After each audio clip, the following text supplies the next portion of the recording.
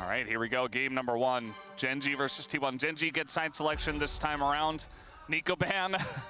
I think that's very fair up against Keria, who has done some really nasty things on that champion.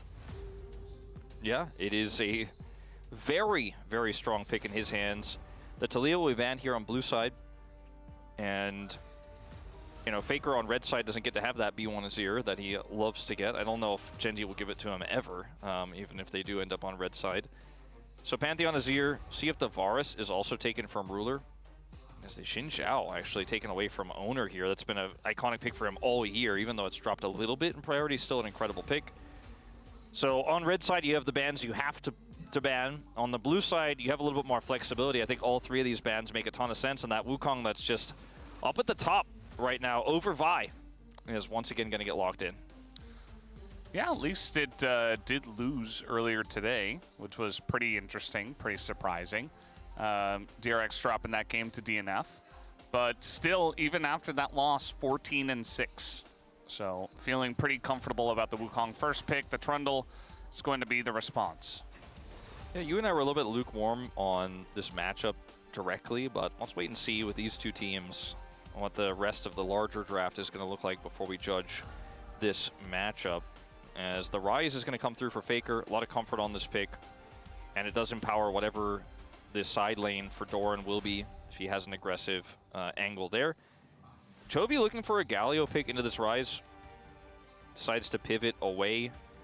Wukong Gwen has just been so insanely common because Gwen needs to be able to close the gap to do massive damage on her targets, and Wukong puts those targets into the air and immobilizes them so she can do just that. And this rounds out a combo very well here with the Annie to come through here from Chovy. Yeah. We don't know what the bottom lane is going to look like just yet, but you have insane side lane pressure and engage. Yeah, Annie Wukong is just really strong. Tons of CC, tons of lockdown. It's almost instant as well. If you're ahead with those two, you can make any fight yours essentially and fight on your terms, as it is going to be the Aurora. Response from Doran into Keen's Gwen.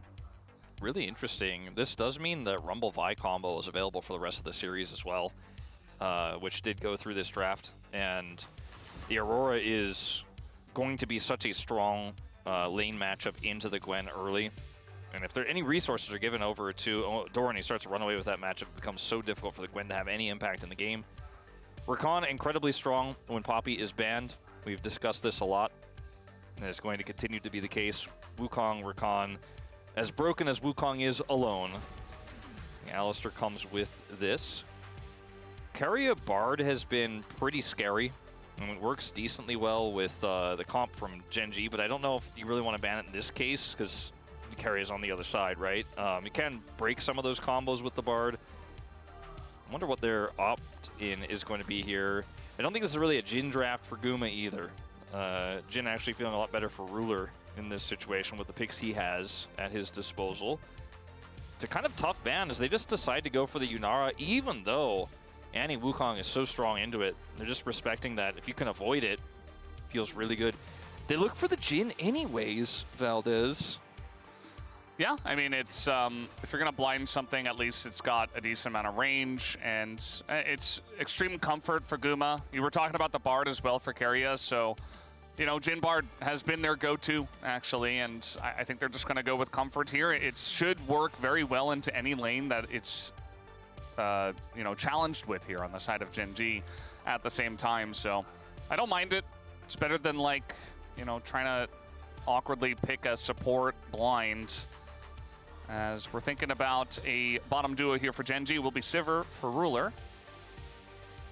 Sivir plus Rel does feel like a lot of engage, a lot of prio gain. Like, Sivir is in the mid lane, but she feels like a side lane threat because she always gives you prio through that mid lane, especially into a champ like Jhin, which is not going to be able to match her wave clear. If we just see Bard here, it's very predictable. And it is going to be the case. On one hand, I don't think this is the most optimal position for Bard or Jhin on the side of T1 here. Like, it's very risky the way that this could shape up because if your Trundle falls behind or you're not winning in sides and you're trying to set up team fights around Jin, you don't have that hard engage. Like if you had Jin on the side of Genji, I'm like, oh, you've got a Wukong, you've got a Gwen to set that up, you've got Annie for Peel. Jin's going to have so much value for days. But considering how strong blue side is, and with the bans you have to opt into for T1 on red side, you've got to ban Pantheon as Azir Varus. It feels always a little lopsided. They got something they're insanely comfortable with anyways on red side into a top tier team like GENG. And so maybe if they play it well, they can get an edge here. Sometimes comfort alone can be good enough when you're as good as T1 is at League of Legends.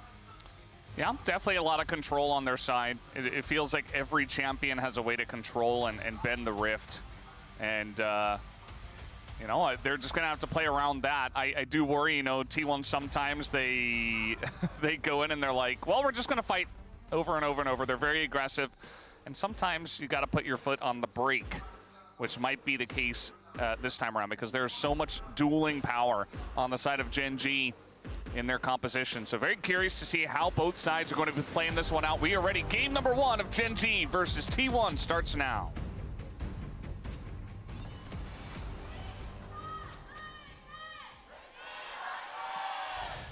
소환사의 협곡에 오신 것을 환영합니다. Alrighty, game number 1, GENG versus T1, the second of their 3 matchups here in the Legend group. The first one went the way of T1. It was a 2-1.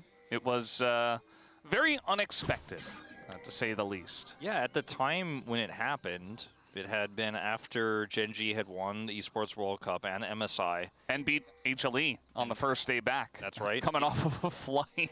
Yeah, beating HLE in a pretty challenging game too, right? The game 1 was a little bit more one-sided, but they did end up overcoming Hanwha there. So it just felt like GENG was untouchable, right? Unbeatable. And T1 were still kind of recovering from that loss to AL. And again, it's hard to like really put T1 down and their results down, considering how close they were to winning, and the fact that they lost to AL, who then took GENG to 5 games in the EWC finals. You were in 5 games against GENG in the MSI finals. So I mean, these teams are always going to be close, right? But you know, GENG ultimately did fall there, and T1, I think, bringing people back to reality a little bit, as Duro's going to whiff this and lose half of his health bar. Yeah, I mean, Jin Bard is always going to punish, but this is a lot of punish very early on. This is not necessarily normal, the amount of value that Guma and Keria are getting. I would not say that these are Guma and Keria's best champs career, but I would say right now in this meta, 100% their best champion. Yeah. Like when I say comfort earlier, I really mean it. Because Duro has to like crash down to the wall to get a shield because he's trying to get close enough to get XP with these minions. Yeah. Also the fact that you're a Sivir, you know, he's playing for the late game for sure, right? Like that is Sivir. You want to get 3 items and then you're kind of online from there and you can take over games. But the laning phase is going to be awful. And this is what Guma and Keria are known for. Not necessarily in modern times, but, you know, all time, this is maybe the best duo ever at punishing 2v2 lanes. Yeah. And they're going to do it on Jin Bard. When you consider how long this duo has been together, I think we can kind of make that statement that this has been the most dominant lane duo of all time here in the LCK. And it's crazy to see just, I mean, Jin Bard wins, but they are just saying Ruler and Duro are out of the game early. Jin and Bard on a 4-game win streak. 2 of those, Guma and Keria. You see Ruler and Duro have one as well. Yeah, everybody's jumping on the Jin Bard hype train. Well, except our first teams today. We did see some Jin. We also saw Bard in the same game, just on opposite sides. But that was the Rise group. This is GENG versus T1.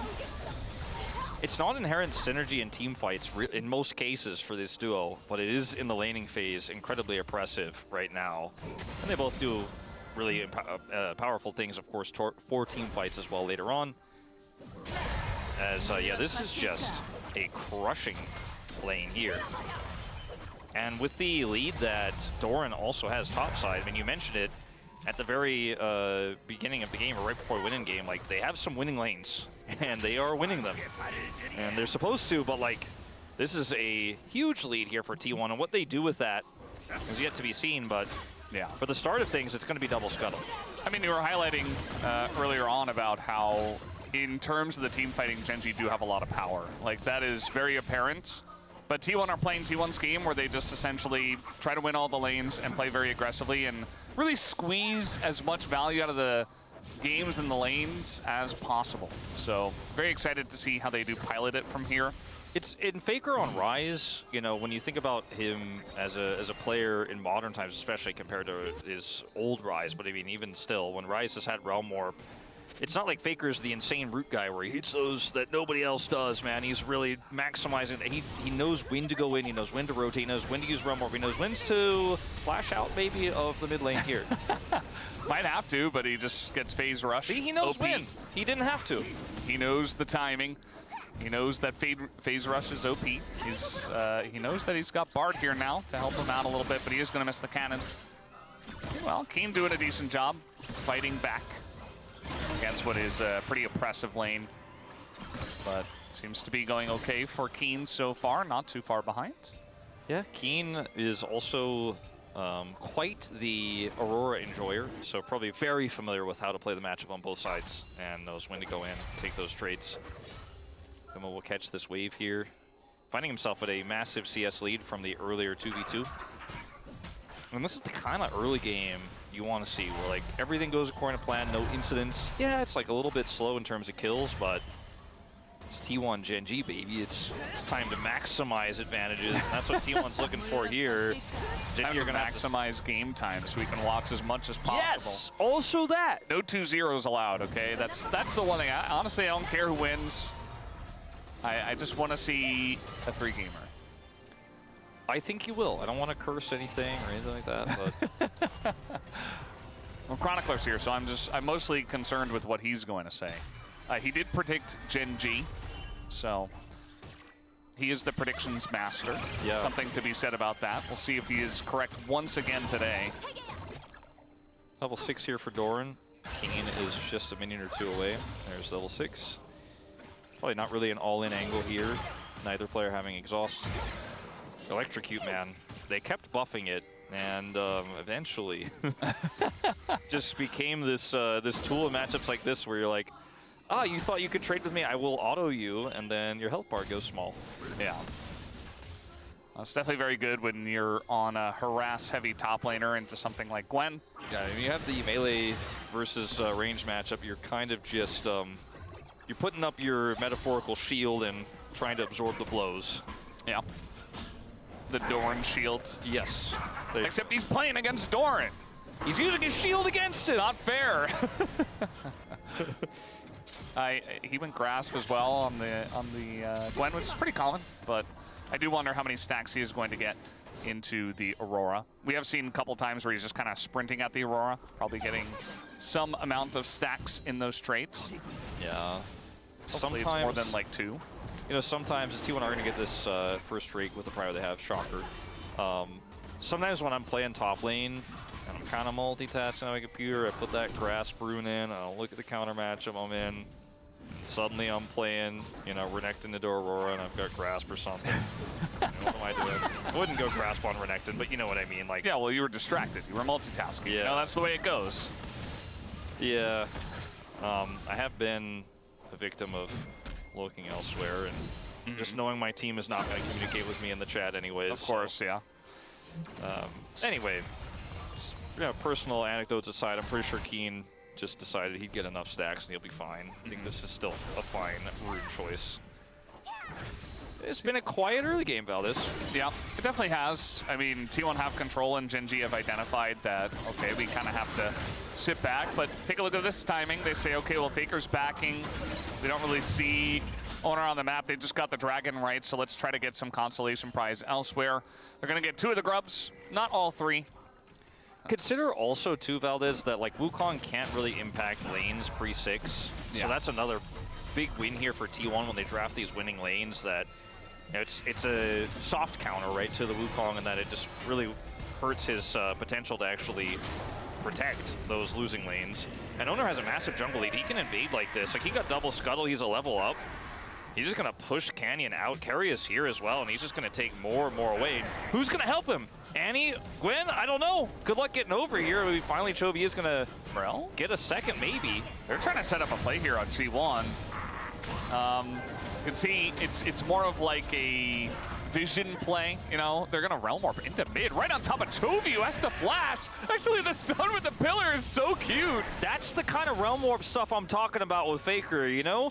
Because he's there, he's threatening, but for the lane prio he has, the jungle of Canyon, and when that looks like, okay, we may have overstayed a little bit, oh, boom, I get flash on the way back. I'm back in lane right where I want to be, and I got Chovy's flash with my teammates. And, I mean, this pressure bottom lane with Duro going up to try to defend means they get more power here. Another plate goes over. All right, trying to make a play here on Aguma. He's just gonna take the safe way out and flash. There's the cleanse on the stun, and now excellent ult comes in. The Tempered Fate keeps them alive against the Wukong. They had blown all the summoners, both Keria and Guma, and Canyon was gonna be there as the final threat. I know Instead, he got isolated. I know it's lane prio, and it's only a 900 gold lead, but it really does feel like how T1 are using this prio is practically running circles around GENG in this Tempo vibes. Game. Tempo vibes for real, but I mean, I think it's more than just a vibe in this one. It's just good play, and you know, like I said, the comfort with these champs and the lane prio they have might be enough to get them over the line. No missed.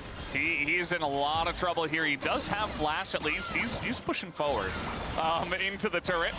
A lot of needles do come down. There's no TPs available. There's no jungler on the way. He's just dead. First blood goes over to Doran. In the counter matchup, he's going to love that gang from Owner. This is really starting to look like a lead here for T1 that's going to be enough to circumvent some of the problems they may have in team fights later on, you know? Like, the main thing I was worried about for the draft for T1 is, will there be enough of a front lane, will there be enough of a setup for the Jhin that has to deal with Wukong, or not Aurora, but the Gwen. And now the Gwen is put behind because Keen played aggressively here, had finally a moment where he's like, I can maybe push this through. Gets ganked, gets taken out, doesn't flash wisely. Was never going to get away there, but I mean, the lead makes it so much easier to play this out for T1, and I think this lead is not just going to stay at 2K. Like, it can absolutely start to snowball. I mean, more and more plates start going down, and more farm is to the side from Ruler. And, I mean, Guma doesn't look like he's backed for a little while. Yeah. Has his first item and waiting, for sure. Another plate in his pocket. Yeah, I like the way they play that, too, where the Sivir's just gone. Like, Ruler has been pushed out of lane. He's behind a decent amount, already about 600 gold. Does Guma have the lead? So they know that they're totally safe with no Sivir there. Even if Canyon does come down, even though they have no summoners, they can still pressure, they can still get that, eke out that little bit of value, that little extra turret plate. And that is definitely their way. I mean, look at the timing of everything that starts to set up here now as well. Like, Bard's rushing back into the mid lane. They have Cryo for Dragon. They also have Realm Warp. Faker can come down here and deal with Sivir's wave clear with his own. And they're like, checkmate, GENG. Good luck getting on this dragon. You've got great engage tools, but not if you can't get to the objective itself. And Guma can deal with the mid wave because he's not laning into a Sivir, and then he can be here with ult. And Owner's just like, you can't even walk in here. The pillar will expire, and they could try to walk in. Then they can walk in, yeah. Or they could have, like, jumped over it, you know? Yeah. There are a couple of ways, but yeah, they're just probably going to have to give up double dragon here in this early game. Just look at the cross map opportunities, and they aren't there. You know, Chovy's pushing a wave bottom as Ruler catches a wave in the mid lane. 8-1. Oh, and we got a play here once again on the Chovy. Still no flash from the earlier Realm Warp, but now he's just able to get in and punish. It's another kill. It goes over to Owner, which isn't exactly ideal, but it's still very good for the team. I mean, that was the one place where GENG had a player doing a thing. And then they're like, he's not doing it, it's not allowed. Another Realm Warp success. First one gets flash, second one gets the flashless Annie. Close on the dragon, but ultimately with no real way to get in there didn't necessarily matter. And I mean, what are you gonna do? Drops a bear. Yeah. That's all he's got. It's just very interesting that in this meta that's so team fight dominated, that T1 are finding a way to play their game. You know, we've seen T1, you know, kind of adapt, and they're very good at team fighting. I think that Doran really helps with that, actually, and he's been playing very well.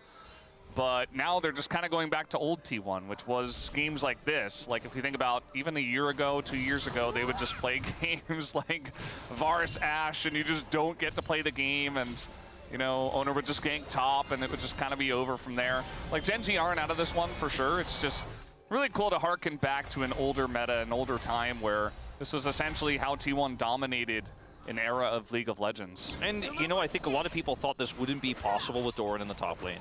A lot of people were like, oh, that's T1's style. They can't do it without Zeus. The Doran has just changed as a player. He's improved as a player. He has an amazing matchup here.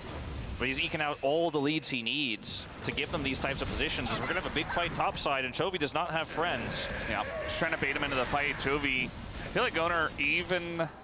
maybe not. I think that would have been a little bit too risky to continue there, especially with Wukong nearby. But still, putting a lot of pressure on a Chovy. This may be a bridge too far, though. Chovy did have his stun prep, but Faker's way out of there. When I saw Owner coming back in, I got a little bit worried. Still a little bit worried. A bit of a setup brewing here from GENG. Looks like they want to take some kind of fight. We have Exhaust here on a ruler as Keria is calling for this. And now the Magical Journey. Looks like Keria can't quite get in there, but now the TP on in into immediate Tempered Fate. Faker is in that backline with no escape as a bunch of damage is being done. Doran there as well, but the needles go in, and Faker actually got out of there. Doran now in the backline himself as Faker does get taken down eventually. GENG trying to press forward. They got this strong Gwen trying to frontline, but they can't really deal with Guma. And so now they're on the run, but can they run away from the Jhin? Is really the question. The shots, a couple of them do ring true, but the others do miss. I mean, call it luck, call it T1 magic, but 1,500 kills, by the way, for Doran, a second top laner to hit this milestone. Guma's gonna have to cleanse. That's a good pick up there from Chovy. Nice, doing what he can. Nice grab with his ultimate. You know, hasn't been able to do too much with it just yet, but like I said, call it luck, call it magic. It's fights like this for T1 where you're like, oh, I don't know about this. I mean, that's a Wukong. You're pushing in pretty deep. And then Faker TPs into no man's land. They see this, and Keria perfectly has his ultimate timed for Faker here. He's still in no man's land, still doing a decent amount of damage, but T1 are actually trying to kite and disengage on the right side of the fight. Faker gets out, so much damage is done by Faker, and then Doran's arrival, they crush it. Yes, he dies, but Canyon has to flash for it. They both flashed for it. Exactly. He did as well. And then, so you get two flashes there. Keria, guess what he's got? His run warp for the exit. And it just feels like that shouldn't have happened. Like, it doesn't feel like you should be able to get away with that. And yet, T1 do. Yeah, that's the way it goes here at Legend Group. Sometimes these teams just pull it out of a hat. They're going to get a whole turret. Yeah, he's just going to get this one here. Straight for the Rift Heralds. A big group up, tons of wardage, and that's commitment from GENG on the top side of the map. Feats as well. Yeah, they got 2 objectives on top of it, so they were even contesting for that as well. Now, the GENG team fighting comp is significantly behind, but as we saw in that last fight, fights can look pretty close, and I thought the ending to that fight might have been a reminder that, you know, if you go too deep into this comp, if you play too aggressively around your prio, you can get punished. Duro was considering one of those punishes right there, but didn't have enough teammates nearby to look for it. But it starts to make you wonder, like, do T1 have too much of a lead now? I think the answer is no. And they want to keep on keeping enough hold of this tempo to make sure they can continue to dictate fights on their terms. They have double dragon, but they do not have prio for the third. Faker's just going to get another turret. Yeah, it seems to be his game plan, is just let them get objectives and just kind of side lane. It's better than not side laning. Duro going to take a ton of damage. Doran as well lays down the ult, but they're not contesting for this. You see that Owner is in the top jungle of GENG. Trying to steal it was Guma. Yeah, I mean, this is a really cool play, though, because they can actually significantly damage this second turret. And if there was another wave here, I think they just get the whole thing. They're going to hold some damage on it. They were considering it, yeah. But, like, because Faker and Owner are topside there, and Guma has a completely non-committal ult, he just tosses his ult out. If he hits one more of those shots when Doran drops that ultimate, they kill somebody, give a dragon, and get a turret and a half. You know what I mean? It's T1 really knowing that the team fighting comp with GENG is too powerful, too potent at this moment. They've got a 2 Drake lead. They can find a value. They can find value elsewhere. and maybe even get a pick. And that was just fantastic decision making there. Not that GENG made the wrong choice, they made the only choice, which was to show up to Dragon, but T1 were one step ahead. Yeah. GENG, though, still in it. They get that Mountain Drake. They're not too far behind on gold. They have a nice amount of scaling with the Gwen and the Sivir, and, you know, a nice amount of engage on top of that. That's kind of the 1-2 punch of the GENG composition. And as long as the next fights, or, you know, it might be one, might be a couple, stay relatively even, I feel like as we go later in this game, T1 will have to answer some of GENG's tools that they have in their kit, which they kind of drafted into. Like, GENG knew what they were getting themselves into. Yeah. But, you know, how will they actually execute it to make their composition work? And if somehow, like, one of these lanes went awry, like Doran made a mistake, or Chovy was able to catch Fake or get his flash early, and the prio leads for T1 weren't there, I think this game could have looked completely different, right? Like, T1 also knew what they were getting themselves into this draft, which means they need to take that pressure and never let it go, and so far that's been incredibly successful for them. Their Dragon give was not for free, and they keep putting this pressure on. This Rise is going to be incredibly useful at trying to keep these melees at bay as well. Faker went for Rod of Ages. We'll have Saras, who's going to be relatively safe. Not that he's like tank Rise, so we've seen in the past, but he's going to be relatively safe in the front line. And if he gets enough gold here from sitting in these side lanes, sitting on those turrets, it's going to be hard to pick him. And then Jin is super far away. And then suddenly you could see a world where T1 actually can just straight up team fight. With the lead they have, almost feels advantageous for them if they can get enough money in those wallets. Yeah, absolutely. For now, it's just a lot of playing around vision, trying to set up a bunch of deep wardage here for T1 around the Otacon, it looks like, which always an interesting objective. The Sivir here into the Bard felt like a good choice for Ruler, expecting it. His owner so fast, just sprinting at Canyon, has to push him away. Crazy. And if it's not T1, you're probably like, well, that's a Jin comp. I don't know if they're doing Otacon on spawn, right? But with no vision, and the fact that T1 wasn't showing on the map, you gotta send some people over there and clear that vision. You never know who's gonna lurk in that brush either. It's not the most engage-heavy composition here for T1 in terms of catching people when you're clearing vision. And it is a Rel this time around, not a Bard that's face checking, but you gotta be respectful. And GENG are doing exactly that. As Ruler is pillared. You can see they were thinking about it. Oh, that's a nice little binding into two. And now we get this ult coming in. We have the Realm Orb for Vision. And Faker, of course, who is going to take it. Faker no chill in this game. And that Rift Herald just gets dropped down for basically no value. Remember that it was a Rift Herald for Faker getting the bottom turret. So that trade, quote unquote, just ends up to be another little T1 victory. Keria going deep for this. All right, he's gonna land an ult here. Could be like a Jin lockdown, but no, it just looks a little bit opportunistic. Yeah, Guma didn't have ult. Could have tried to go for, of course, the Flourish, but was a little bit out of range there. I don't think that will necessarily amount to anything.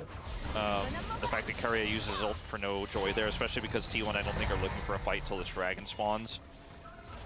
And you know, Realm Warp on a long cooldown, but T1 here, knowing they don't have those tools, probably try to see if they get anything they can. If they get that pick before Dragon, then they get Prio. Instead, GENG will have it. Let's see what T1 gets in return this time. Will they try to, without these key ultimates fully set up, fight on spawn? Or will they send Faker to another side lane to try to actually get value? Because they already damaged that top turret to half. He's going to TP to bottom. And it looks like they're going to try to contest for Prio and try to slow this Dragon down a little bit. And Guma's ult's coming back online here. Maybe T1 think they're ready to actually just straight up 5v5 in this game against GENG's incredible teamfight comp. And this is at least for now to be the look. They will clear all of this vision, grab this Scuttle Crab. TP. Onside Prio, there's the TP. GENG, like, they cannot really give this. It's Mountain Soul point. Yeah, it's a really critical point in this game. If GENG do get it, though, I feel like as long as they don't lose too much, it's going to be pretty interesting to see how far they can push it with double Mountain Drake. If they get it, that is. Duro level 7 still. Keen's clearing the bottom wave. Like, he's not threatening a turret, so T1 are just chilling. They're like, all right, the Gwen's not hitting a turret. We can actually just continue to fight for Prio. We don't lose any time. We don't have to rush this dragon. Let's slow play this. You know, if Keen's killing your top inner right now, you feel a lot like, okay, I really got to do this ASAP. But instead, they're feeling pretty happy to continue to zone GENG out and get more and more vision control. Now Faker on the wraparound here does once again clear that wave. Owner he's always on the cusp of just running at them, it looks like. Meanwhile, Duro trying to press forward. This is a very awkward choke because the Mountain Soul, even that little extra rock making things a little bit worse for GENG. You don't want to group up against Pillar, against Rise, against a Jhin, right? Makes it much easier for them to lock down, especially with that bit of a lack of engage that you were talking about as they engage on the Trundle. Trying to take down Owner is not going to happen, and immediately Duro just gets burst to shreds. And the rest of GENG just on the run, not really wanting to take the rest of the fight. Doran a little bit low, but you see that Keen is back. He may be looking to TP back into this fight. Yeah, some heals coming through just a little bit there from the Bard. Guma still has ult, and both summoners, so he's actually feeling pretty happy to just walk forward here and take some pot shots. Now getting engaged on the right back. Canyon, he is so close to that. Carrier jumping on in, gonna keep two of them in prison. He does go down, but that means they get the kill on a Canyon. It's actually gigantic as now Guma, the Scissors, are pushing forward. The Keen is not going to get any kills. Ruler now just sprinting at them, actually can do a lot, but no, he's taking too much from Faker, totally ignored the Rise, and it's a massive mistake, and T1 turned this fight around. They were already ahead, but now they're just getting the bonus kills on top of bonus kills. Will T1 get everything in the fight? I mean, this might just be the game-ending fight. Straight up, 5 dead for GENG. Who cares about a Mountain Soul point? It's T1, Baron spawns at 25, and they'll start it at 25-10. Doran gonna get the whole mid turret. And this team's team fighting, their synergy, it looks like they break the rules of League of Legends. They do things that aren't possible. They're doing this to GENG when GENG have the stronger team fighting comp, but they have a big enough lead. The engage here onto the Trundle is not ideal. The Subjugate deletes the Rel instantly. The Trundle has extra resistances. Then T1 just back away and reset here. The Tibbers, low value, taken out of the fight. And then it's this part here where Keria just trusts that with his ultimate, he can actually make a crazy play. This was so cool. And then, like, look at how much trust there is with this roster. Like, watch this fight 7 times and tell me that, like, not even one word was said probably before that happened. They just know. He's like, I go in, I have my ult, and the team is like, yeah, he's got his ult, we're gonna do this. Doran breaks the ankles of Keen as well on his way out, and it's just a cleanup. And you watch this, and Ruler's like, I gotta do something, I gotta get this angle, and not able to do it. The peel from Guma, Chovy is dead, and it's just a sad row. Yeah. The engager from the beginning of the fight is the last to fall. And the irony is brilliant for T1 fans as they'll get the Baron, and GENG fans are not happy with how that one eventuated. Yeah, that was kind of the face I was making too. That it was rough. I mean, they tried, but now you mentioned kind of like game-breaking fight. They got everyone plus an extra Rel and the Baron. So now it's like 8,000 gold to lead for T1. The compositions begin to have less meaning as we get to these sorts of numbers. And Carrier's on the flank. Looking for Ruler here, no doubts, trying to get into that backline. They have the full wraparound. They're going to try to turn and immediately jump on a Faker who just goes golden. With the help of Carrier, goes golden again. And the rest of his team is just cleaning up. The wallets are gigantic. T1 are styling on GENG. Not even close. Chovy running as fast as his phase rush will take him. I don't think he gets out of this one. They're just playing with their food at this point. I mean, Faker had TP and Realm Warp. He had 2 ways to join the fight. He had Baron buff. If the fight doesn't look optimal, if they don't think they can get that flank angle, he can take out an inhibitor. He's Rise with Baron in the mid lane, but he decides to come over, rotates quickly, gets that flank. Who says stopwatch Zhonya's double stasis is dead? Carrier says it's very much alive. That he just lives through everything with a safe Rod of Ages, Seraphs, and quick arm guard buys. The guy is just unkillable. He's really making them regret not banning Bard. I'll tell you that because I don't think we're going to see a lot of Carrier playing Bard after this series, just this one game alone. And like, look at this flank angle from Faker as the ult comes out from Guma. Like, look at where GENG are. They're like, there's actually no escape. They're playing a bullet hell game, and it's on the highest difficulty. And Owner is Trundle, and he's just going to lock them in. No way out. No way to quit the game. Yeah. Ruler caught here with a stun after his spell shield. And Chovy, the final one to fall. And this game felt like it was potentially going to be decided by Prio alone, but it's the brilliant team fighting with the lead that T1 had in the Prio they played through that just showcases maybe their 6th man was the minions all along. The prio they had and the vision that they played around just allows them to make so many of these incredible plays. But you have to trust your team so hard if you're going to make a play like that. And they do. Oh man, Carrie is setting this up actually as her open it up with the Jin. Even the Tempered Fate trying to remove the blockers. These guys are, I mean, they're actually just like the Globetrotters right now. Yeah, this looks like tool assisted. They're trying to make TikTok highlights right now. Like, this doesn't even look like GENG versus T1. And I don't know, like. And until game 2, I don't think we are going to see that, Valdez. I think we're going to see a GENG that desperately tries to defend with their wave clear.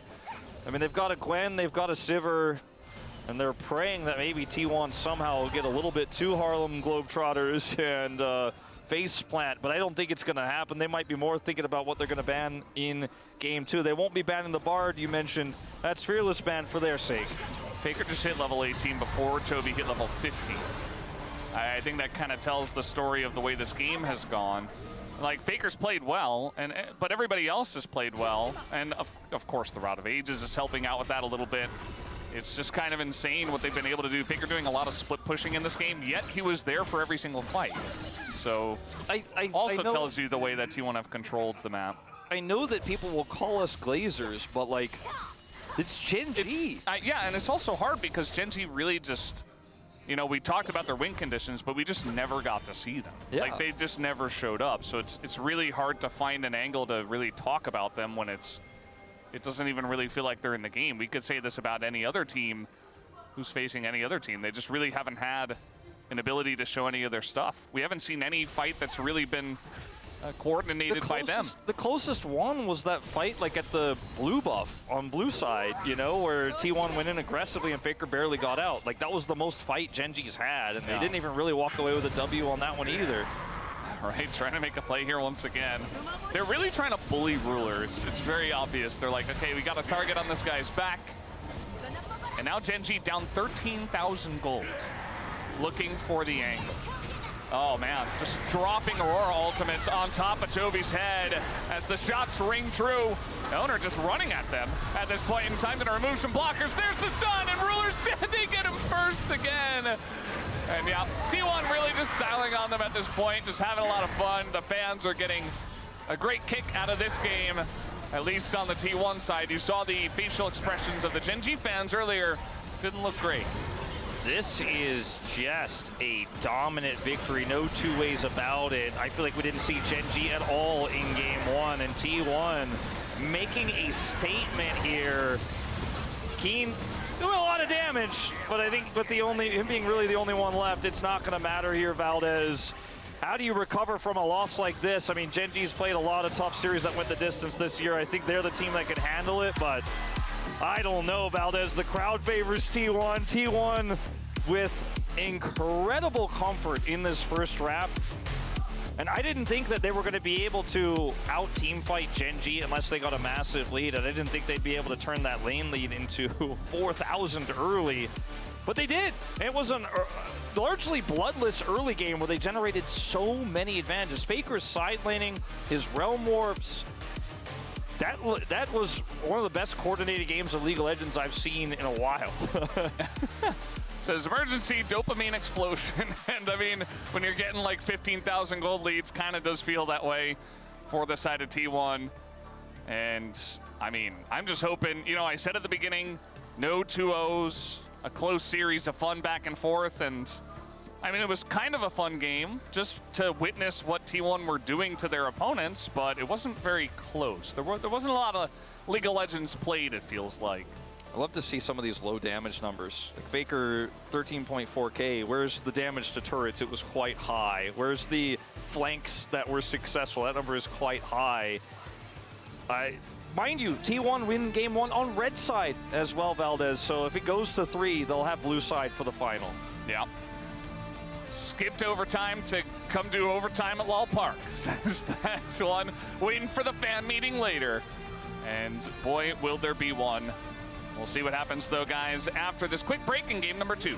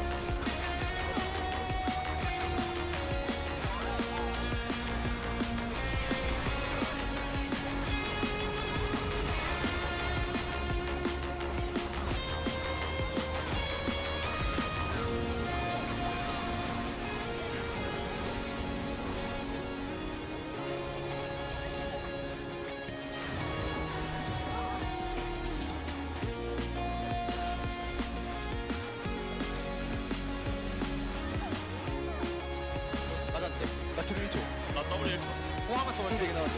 W. 얘 노플이지 않나? 아직 못 풀릴걸? 알았어. 가자 그러면. 못 왔다 아직. 천천히 와봐. 나 뒷고 갈게 이거. 괜찮아. 와봐. 나 11. 노플 나왔어. 천천히 보자. 야 와볼래? 와봐. 그렇지. 노플 투다 노플. 얘? 저래? 뭐냐요? 끝내자. 야 해봐. 사놓고. 이거 그랜 머플 있어? 바텀 하자. 나 전화 했으면 될 듯? 바로 하거든. 그냥 바텀 하면 끝나 이거. 얘네 라클 없어. 바텀. 이때 거 볼까? 밑에 가면 돼. 그냥 신경 쓰지 마. 공문 있어. 맞았다. 렐부터. 그랜 가자 그랜. 우리 그랜 가야 되겠다. 나 타워 친다. 근데? 50 남아있다? 없다? 나 W 하겠는데. 나이스. They made it look like they had the better one in that game. GENG on blue side for the last time in this series. I imagine T1's bans will remain largely the same. I mentioned the Rumble Vi being open with no Aurora. It could come up in this series and may alter T1's bans if they're worried about that Vi pick. It's definitely something to look at for sure. Pantheon not going to change. Definitely don't want to give that to either of these junglers. I mean, Canyon's Pantheon is disgusting. You don't want to see it. Xayah going to be the ban, so could be something they're thinking about saying, hey, we're going to pick Vi. You better ban it. Otherwise, you know, you're not going to have that Xayah to fall back onto. Staying the same here on the T1 side so far, despite the Xayah ban. Does, you know, end up being the Vi that comes through. Because Vi Rumble could have been the 1-2 rotation for T1. They're looking at something else here first pick-wise. The Azir will come through. So we stay the same on T1 side. Yunara picked here first. There's no Xayah, which has been like an attempted answer, Yeah. but it hasn't worked out in the laning phase at all. I'm curious to see what Guma's response to this will be. And with no Vi, it's a little bit safer, right? There's no Wukong either. They get a game 2 Yunara draft. This feels more blindable than if you took the Fearless bans away, if we were playing pre-Fearless format. Yeah. What are we going to see in response to this one? Rumble. So Rumble gets picked. Makes sense. Everything you talked about, you know, no Vi though. So still a very strong pick, still very good. Xin Zhao Rumble, that was the ban they changed to the Xayah in this one. And it's been Owner's best pick of the year. It does empower a lot of other strong mid picks for Faker too. So I think it's warranted. They opt instead for the Jarvan, which Is that the answer into Yunara? it's quite strong into Yunara, but with her dash, she, you know, obviously doesn't want to use it defensively. Often you want to use it to chase and get in to clean up kills, but there's some additional safety. Now we'll just allow Canyon to play the Xin Zhao, which will buy space, as well as the Galio they're going to play, which is a flex pick here with the Rumble already locked in. Keen has been known to play a little Galio into Rumble on the top side. So a pretty nice setup here for GENG in the second game thus far. I'm curious about the bottom lane answer, because Gumacaria are the bottom lane 2v2 kings. We've already discussed this. Like, what's their answer to Yara? Because we've seen Xayah both times, and that hasn't worked in the laning phase. As Faker will lock in the Orianna first. They already have an incredible ball carrier. There's some real strong combo potential with these 3 picks here for T1. Yeah, it definitely is. I think they're trying to solve Yunara in a way as well, outside of just picking tier list stuff. And obviously in Fearless, it does feel like the most important thing is to make a comprehensive draft. A bit easier to do in like a game 2 compared to a game 4 or 5 or even 3. So seems like they've gotten some good stuff, but a ton of protection for Yunara so far for GENG. Yeah, I was thinking, are we looking at more frontline for this Yunara to carry, or are we looking at lane partners like a Lulu that has been utilized once already? The Corki will be the first answer to bot lane 2v2 from GENG. I think Corki is great into immobile AD carries in general. It's been one of my favorite picks in the Senna. Take the Alistar away. Interesting. Did not expect to see that ban on red side here. Did that in the last game. No Rakan ban this time around, so maybe that's part of why he had a cheeky wry grin on. No Xayah, of course, to partner with it, but now with the Poppy gone. Is this just a Guma Caitlyn angle? Or are we going to see you know, the Ezreal that we've talked about before, where you just kind of poke the, okay, well, it's going to be Lucian. This has kind of been the angle Guma takes oftentimes when he wants to win lane, and a lot of the other bullies are removed. Corki, the Varus really being the big ones in this case. No Nico, of course, for Keria. I don't know how do you win lane against Yunara though? Is Lucian Braum the answer? I think you either need the Braum, like I'm not sure if Lucian Braum is enough, but maybe Lulu could be enough. Lucian Lulu pressure, polymorph. The Lulu? Lucian Lulu. Yeah, the Yeah. Lulu. Yeah. Lulu. Lulu. There we go. Got there eventually. It's going to be the Jace or not. They're just going to say Yunara is enough damage. And we have more think they're frontline than right. you could ever ask for. I don't know about picking Olaf into Jarvan, though, because kind of can't run through that one. That's not really a thing you can just kind of press R through, but we'll be Ambessa at the end instead. So engage and damage kind of mixed here. Quite strong in the low range Lucian. This is the moment where Keria gets to decide what he thinks is best to win this 2v2. And for me, I always just say let him cook. Lucian Nami. All right, it's actually going to happen. And this is not old Lucian Nami where, you know, they're spiking on one item and their synergy is out of this world. No, it's just an enchanter that's not Lulu.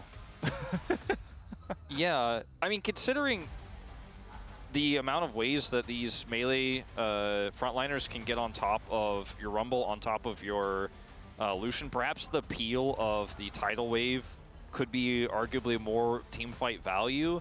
But I kind of like the idea of just sending Jarvan in with Shockwave and then also having an additional knock-up as well as more safety with the Lulu. And Lulu's obviously lane dominant, but again, I trust Keria's judgment in bottom 2v2 matchups more than almost anyone's. So we'll see what this Nami does achieve. Nami also will provide more sustain into this Rakan matchup. Not a ton, not crazy, and shields can often just be good enough to help you win those trades. Let's see if Barrier is taken as well. I actually didn't check right before we went in. We'll see how that one goes out, because maybe a matchup where Guma Keria try to all in repeatedly. Yeah. Try to put this Yunara down. We've seen only Yunara versus Xayah, if I'm not mistaken, so far, and that has been a crushing victory for Yunara. This is something different. Yeah, it definitely is. Curious to see how it's all going to work out. There was a sign in there wishing for the Canyon Italy, maybe in Game 3. But first, we got to get through Game number 2.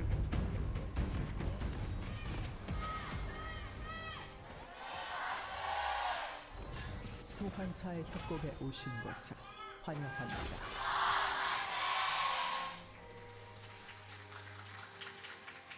Alrighty, game number 2.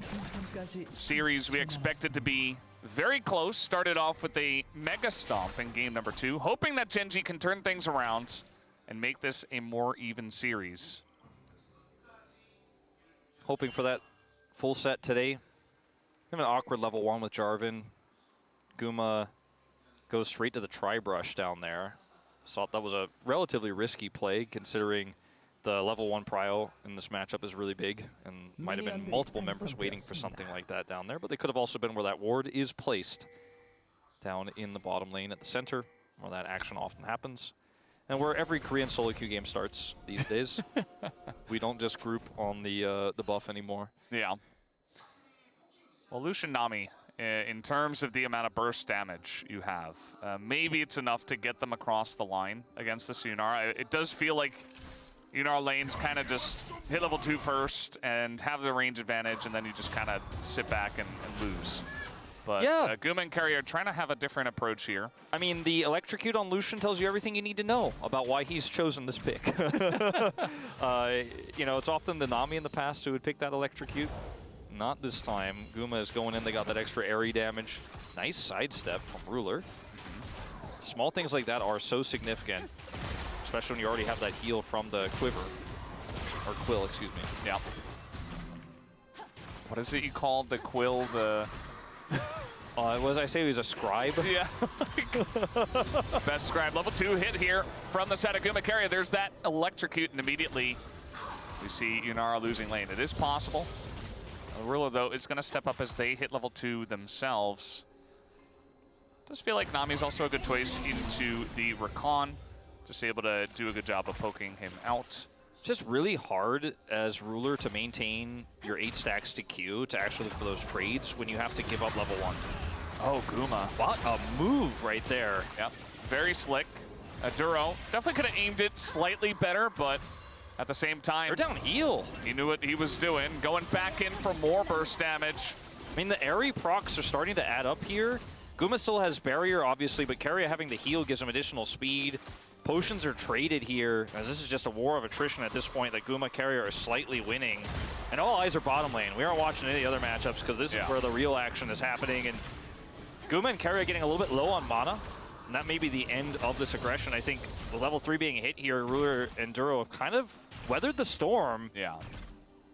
Absolutely. I mean, at the end of the day, it's still Yunara. And by the way, Canyon coming down here quick. Level 4 is going to find owner and goes immediately in. The Xin Zhao loves to go for the trades, but Guma and Keria are quicker on the play, and Canyon's getting burst down, and down he goes. First blood given over to the Lucian of all champions, as now the flash comes in. Double flash away by GENG. Looking for a bit more. The double buff here on Guma as well. Wants a little bit more, wants to take down Ruler, but it's not quite going to happen. Yeah, not quite. Going to crash this wave, though. Be a lot of denied farm. And it's the faster rotation, and it's that residual heal that Keria still has that makes them get there so much faster.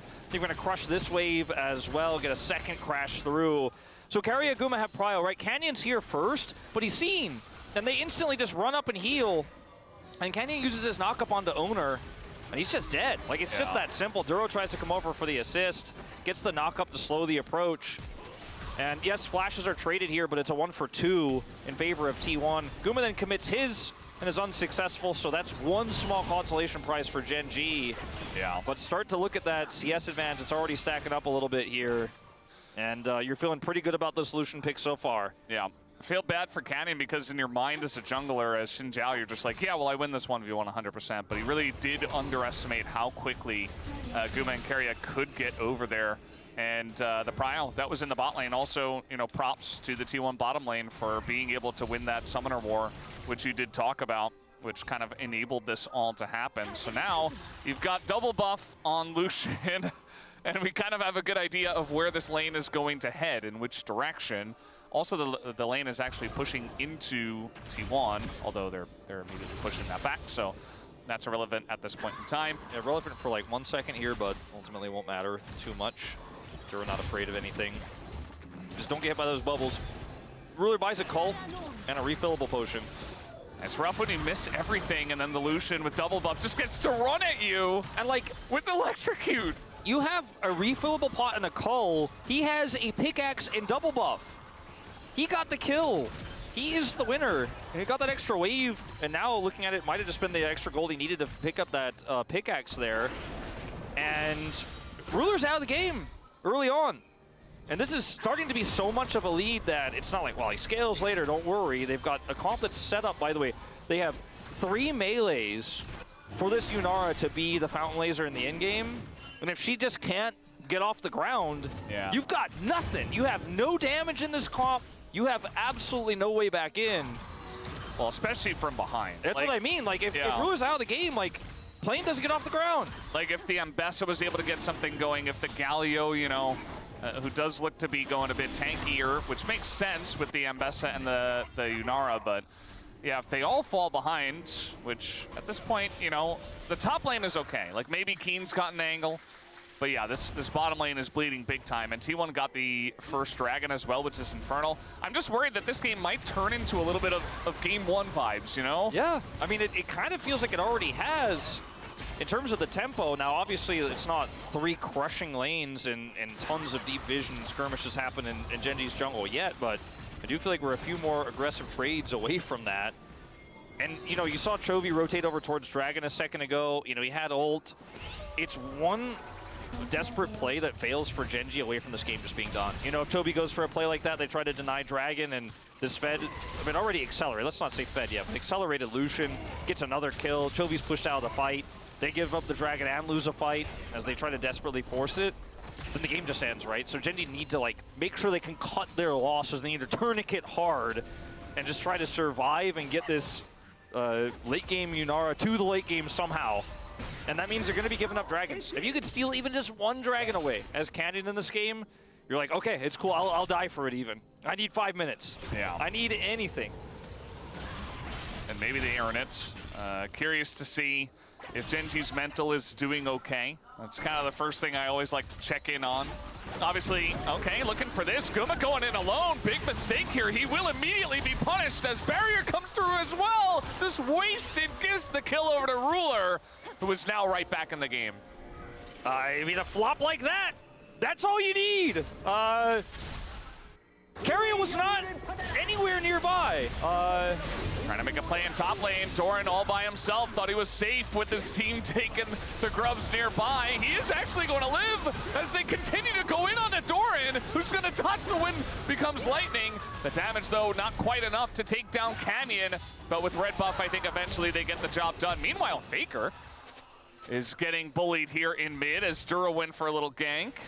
All right, Flash away. I think 3-game enjoyers can rest a little bit easier now. I'm not saying this is enough to get GENG completely back into the game, but that was a bunch of small wins all at once. So notice where Carrier is on the minimap. I think Duro just hit on Bush for a long time. They had control vision. Guma thinks it's a 1v1 and goes for the all-in. Carrier obviously is not here at all. They know that, but unfortunately for Guma, he is not aware that it's a 1v2 he's opting into. You see on his face, he was like, well, whoops, after that one. Doran here actually lives for an incredible amount of time because of the rotation of a Carrier who gives him the heal. Obviously the Jarvan Cataclysm buys some space as well. They end up getting a trade back, but then Faker loses Flash in the exchange that you can see is happening on the minimap in mid. Meanwhile, down in bottom lane, looks like Guma's not very much enjoying his time into Yunara anymore. And Ruler's making it very apparent that now he is in charge of this lane. Just no tempo for Guma anymore. And he's playing into lethal tempo Yunara. So when she stacks her Q or has ult, which she did to go for that all-in just moments ago, you just can't win those longer exchanges, and you can't outrun her really either. And if she slows you one more time, you actually just die. Guma's down Flash now. And what a swing in this game, for real, just off of Duro sitting on a control ward. Yeah. And then obviously what happened top was a big part of that as well. That doesn't take a whole lot, especially in the early game. Remember the early game of game number 1 was very much, you know, T1 was dominating all the lanes. They got a lot of incremental leads from there. They were able to take some big objectives and it kind of just flew by in an instant. This game much closer at this point with a couple of swings back in GENG's favor. They're able to pick up 2 grubs. I do wonder, you know, what we're going to see for the second Drake as well. I don't think we're getting double dragon again. It's hard to say right now whether we'll get that double dragon, as there's still a lead for Guma. Picks up an Essence Reaver. I mean, we're 50 seconds away. If he can secure that prio bottom side there, they have all their ults back up, you know? Like, this is definitely a fightable situation here for T1. I don't think the top laners will be involved, but Owner is top side right now, and so is Canyon. He'll be seen on this ward. So you either want to play this, as it is Infernal and Mountain, so we could have another Hextech Soul. That would be crazy. So Double Dragon would be high value in that case. Faker clears this wave, and they're looking to potentially group up now for Dragon. Rotation down for Owner, albeit slow, is starting. He's actually on Raptors here, as they're just sitting on this prio, dueling it out. All right, Cullen to come down as well. You can tell that they are certainly trying their absolute best to make sure they have prio here for the Drake. Yeah, the timing of this works out. Like, he clears Raptors, Owner does, and now he can rotate over. He will actually get hit by that ward on his way over, so they'll see the timing of this. Canyon's here to contest. Like, Guma needs to be very careful. He's still flashless, mind you. They're going in on the Nami. There is the bubble, and Duro nearly dies. Meanwhile, in the fight, as we do see that Ruler has to back away immediately. Bit of damage did come in. Ruler wasn't really in trouble, but they don't have their Rakan anymore. Now Ruler in a bit of trouble, but they go in on the Guma and burst him down. Canyon says, now it's my time to get it done. Owner desperate for the kill on a Duro. They just can't get this dang Rakan, and it's going to be a double kill here for the Xinjiao. Meanwhile, Faker getting bullied in mid by Keen of all people, who has ganked, and Faker just did not expect that. Okay, big catch here onto Canyon. I don't know if it's enough, though, and in fact, Doran in trouble! Who's getting caught this time? It's not going to be Canyon. Picks up 2 kills, and the GENG fans are losing it right now. I mean, I was gonna say this: the turn in this game, or the turn around, felt like a pendulum swing, but it feels like a weighted pendulum now, coming down so hard it feels like it's gonna break through the side of T1. As initially here, going for the flashless Nami makes a lot of sense, but Keria hits his ult and the bubble, but Guma isn't quite able to finish off Duro. Drops his barrier critically. Definitely wishes he had it for this upcoming turn, where Canyon's like, oh, you're going on to my 80 carry? Just snaps onto Guma. Ruler gets the empowered W snipe with his ultimate, takes him out. Duro flashes to make sure Owner can't cataclysm him, and Owner's just left to dry here as Doran TP's in, and then triples down on this play, and yes, takes Duro out. They finally got him. It means that Faker is also left in the 1v2 with a top laner that's rotated mid. So, yes, you do get 1 kill, but you die anyways. You get 2 over here, you get Faker over, and Chovy's just showing up because he's like, oh, I thought you guys were having some trouble down. We're going to have to look at this top fight. Doran's in a lot of trouble. He's trying to run to his jungler. I think Keen should sniff this one out, but he's still going to go in, gets the kill. As now Redemption is coming down here. Gonna help out the side of T1, as going to miss a bunch here onto Keen. He's still going in. Owner doesn't quite have the damage, gonna miss the flag and drag. Back in goes Keen, not scared of these guys, takes him down again, and meanwhile in mid, Guma's just dead as well. And this time it's GENG's turn to just absolutely Harlem Globetrotter. I mean, Faker, where all you over going? the rift. Faker doesn't know where he's going, he's lost. Well, Canyon decides he doesn't want to trade flashes and wants to get a dragon. Faker's just trying to pull him off the dragon, I suppose. Oh, boy. Chemtech Soul, so we didn't high roll, but it's not a double dragon anyways. So if game 1 was Harlem Globetrotters, maybe game 2 is a little bit of a rehearsal. You know, maybe some of the bugs need to be worked out. I don't know what to say in this one. Maybe Yunara is broken, by the way, but that's kind of unrelated to what's happening in this game. Still broken, but yeah. Like, T1 had a great position bottom lane. Okay, that much will always stay true. But what happened next, all over the map, everywhere, where T1 just played insanely greedily and disrespectful. GENG are just like, you're falling apart fast on a house of cards. This is Keen's first-person view on the kill here, and then the 1v2 that ensues as the Redemption goes down. That actually helps him quite a bit. Keria drops everything, misses the bubble critically, which allows Keen to play it out. Yeah. How many dashes? Somebody count them. All of them. Oh, we're doing it again. This time it's actually T1 trying to take down Keen, as they have tried many times before. Another Redemption. Keen lives. Owner's going in. Big shockwave is going to catch 2. As Keen, they finally did it. They finally got him. And at the end of the day, it takes Guma and Keria to come over here and zone Canyon away, but GENG are winning everywhere. Yeah, Chovy gets a whole turret bottom side. They already had feats of strength. It'll be his 2nd turret he picks up this game. And they're gonna get the Herald as well. You know, we were talking about how like it almost was over. Like, oh man, Guma has such a lead. All they have to do is not mess it up. Immediately caster curse. Yeah. And even though it looks like we're heading to game 3, and I don't want to call it early, like, I don't know if I like the path we took there. As, yeah, this time it's better. They get Keen, but Canyon is so huge. And, I mean, Redemption goes down, he gets Honeyfruit. Like, this just buys so much time. And Chovy is not in ult range, but, man, imagine if Chovy was actually nearby as well, what they could have done with this comp. But he gets a turret anyways. And, yeah, Sundered Sky's pretty good.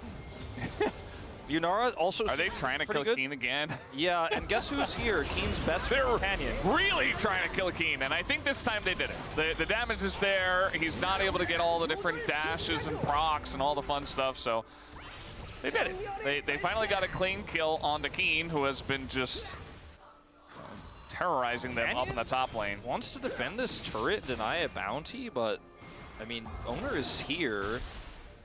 And Doran's Equalizer's coming back up. They might actually be able to, I mean, they should be able to at least force him off of it. Objective bounties already. Yeah. 17 minutes in.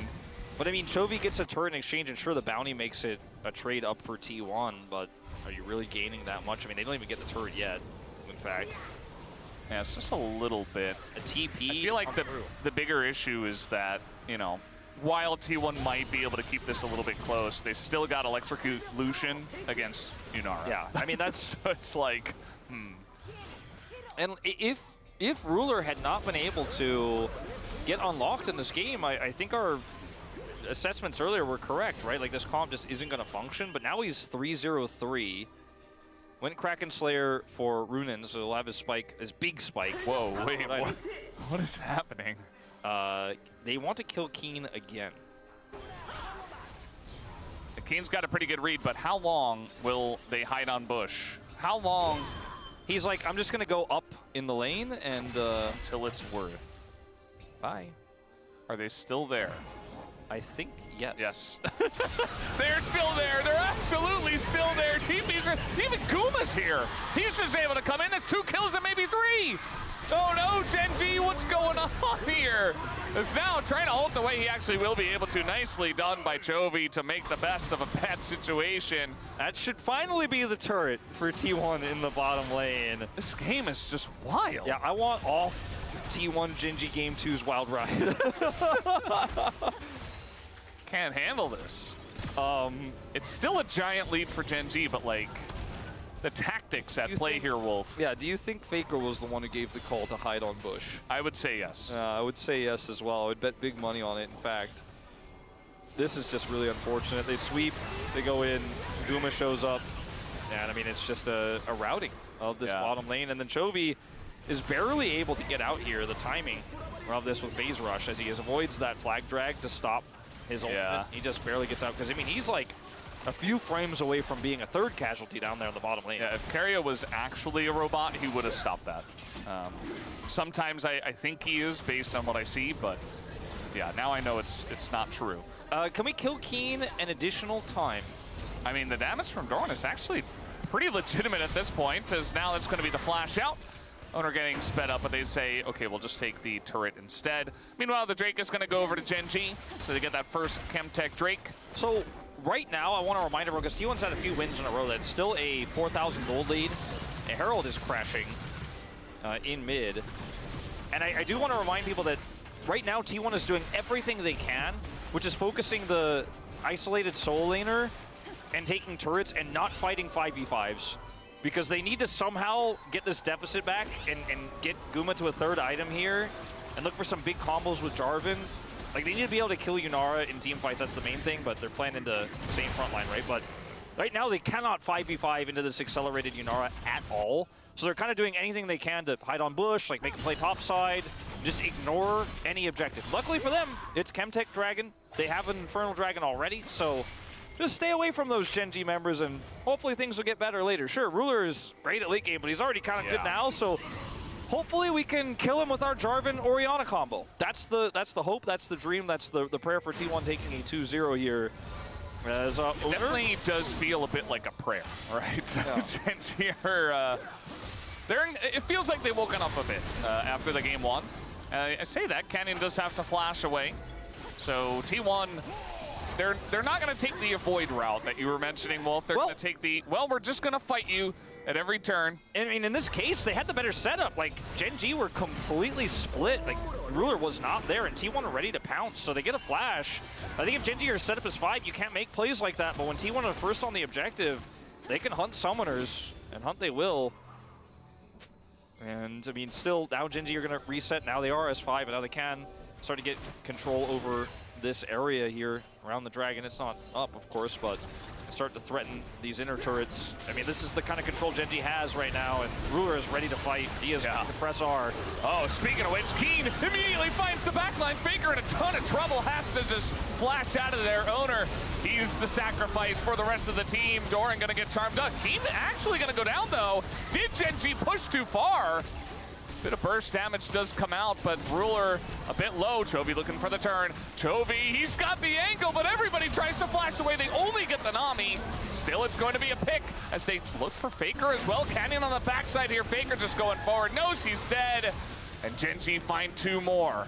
It looked scary for a moment, but there's just so much peel for Ruler. You got the Ambessa, but you didn't get every other member, including Duros, Rakan, which is super frustrating to deal with in these types of skirmishes. Is Guma did so much damage, but he's like, I'm out of cooldowns. You guys are going to have to buy some time. And he survives, limps away from the fight, but cannot catch Ruler. Faker tried, because this is just going to be Otacon. All of that bottom side pressure was putting Deep Vision into the jungle, forcing a fight that T1 didn't want to take because Otacon was spawning. Had spawned and now is in the hands of GENG, a further lead here. As it's like, okay, angle is there for Keen, he's on the flank. Equalizer, not on Ruler.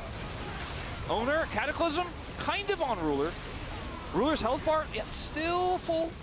Guma gets the Ambessa, and then, okay, look at this. Guma's like, I used my abilities, Ruler barriers, and he's like, all right, well, that's it. And trying to force any further here, I think, is a big, big risk. And Chovy, man, he's known for these top plays. Yeah. They changed Galio Chovy. for him. I know. This is the Chovy turn. Faker's got some of it in his time, but I feel like I remember Chovy's turns just an insane amount more like this one over here we've seen so many times. I mean, Faker's Galio won T1 a recent world championship, so the scale is quite high, but I think... And even so. Like Chovy, and that big taunt we had, what was it, 2021? Or 2020, rather, I think it was. Yeah, I think it was pretty early on. 2020 was like 5 years ago, wow. Yeah. It was quite a long time ago now. It's funny how the years pass by. And Ruler has an IE.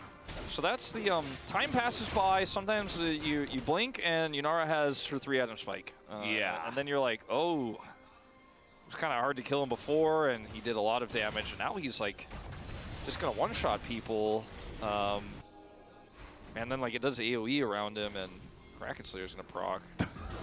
yes, that is the way it works. And he has Flash too, and like a Galio. So it does seem like a difficult problem to solve at this point. Is Yunara broken? Like I don't know. I don't know if this game is fair though. I'm gonna declare it. No, not even this game. I just don't think this game is the one that's decisive enough. But it's all the games we've seen. I'm like, nah, this is just stupid. Because I was a little bit skeptical. By the way, Ruler was like the only one who's like, this champ owns in lane, by the way. Everyone else is kind of like, it's a little situational. And then Ruler had to play into the Lucian Nam. He got owned, but then Duro said, hold up. It's like one turnaround play, and immediately she just took over the game. Yeah. That was it. That was the end. And champs that can do that are some of the best in the game. And it's against low-range 80 carries where she's had the most success outside of the 2v2, right? Like, you could just walk up on Guma and be like, all right, you can't out-damage me. By the way, you're running Electrocute. That was really cool in the first few minutes of the game, but not going to be enough damage to kill me. Got a barrier, right? Like, he got the barrier in the last big skirmish that happened around the blue buff, but on spawn, GENG gonna look for this Baron. Chovy has ult, can be there in a moment's notice. Faker has TP as well, but they have that one sneaky ward. I mean, that's the best you can really say about T1's position here. They're gonna look for Ruler.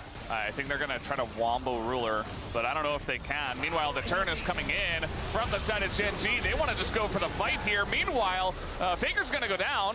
Not even sure what happened to him as he just kind of got killed. Meanwhile, at the same time, Duro also went in and died. But they stopped the Baron, so yeah, I suppose a small win for T1. It's still extremely winning for GENG at this point. Watch how quick Guma barriers as well in this situation. Faker TP'd into Galio. Yeah, so he just dies. But also, like, this situation was pretty scary for the Lucian there at the back. If Ruler was able to get in there, he might have had a problem. He is safe ultimately there. It's a trade, but it's a trade up for GENG. As Canyon is so big that he's just running at solo laners now. Yeah. Chovy pushing a bit. TP comes in. This is from Duro. So just kind of jumping over to the team. Yeah, they don't have Baron buff, but they do have a 3.5 item Yunara, so it's basically the same thing.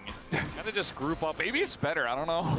They basically just group up and say like, if you want to fight us, like maybe our minions aren't empowered, but I don't think you want to be anywhere near, yeah, or 80 carry. We can see Guma's consistently trying. I feel like, honestly, the answer might just be to Wombo and hope that Ruler doesn't flash. Or, you know, rely on Owner to like flag drag flash, and then maybe you've got enough. But if that doesn't happen, See where, GENG just have too much control. see where that ward is that's pinged just to the bottom of the screen, the bottom right above the minimap, right there. Hope that you catch Ruler right there. You know, like he's been known to be caught at this particular location when he's on blue side. On red side, it's like the opposite one on the other Raptors. So I think that's T1, you know? Maybe Ruler gets caught. So far, not looking likely. Not too hopeful about it. Yeah. Got Mortal Reminder finished here for Guma. Some more crit Hide on on the Bush. side of Yunara. Hiding on Bush once again, but Jovi the tank is the one that checks the brush, and that's what you want. The turn comes in on Adoran, and he is just evaporated. Keen once more, gonna go in on a 4, as now we've got the follow-up from the Galio that's gonna keep him alive, although I don't think they need to continue in, but now Ruler finds his angle, just presses forward, and there's nothing that they can do, as the Yunara just rips them to shreds, picks up 2 kills, and GENG have this one in the bag. Yeah. Wow. 2 one-sided games here to start off our series. I mean, it looked at the very beginning of this one like it might be 2 for T1 with the way the bottom 2v2 went, but everything changed in an instant. And then this Yunara, we're like, I don't know, she's gonna get off the ground. Like, she's got a Cole, you know, Cole Doran's blade. He's got a pickaxe. There's just no way. Like behind 20 plus CS at Yeah, some point. we were like, I guess Ruler just isn't gonna get to show us what his Yunara is. We were very wrong at that point in time. We could have known. And then fights like this, just wait for Ruler, wait for it. He's still closing the gap. Oh God, the damage!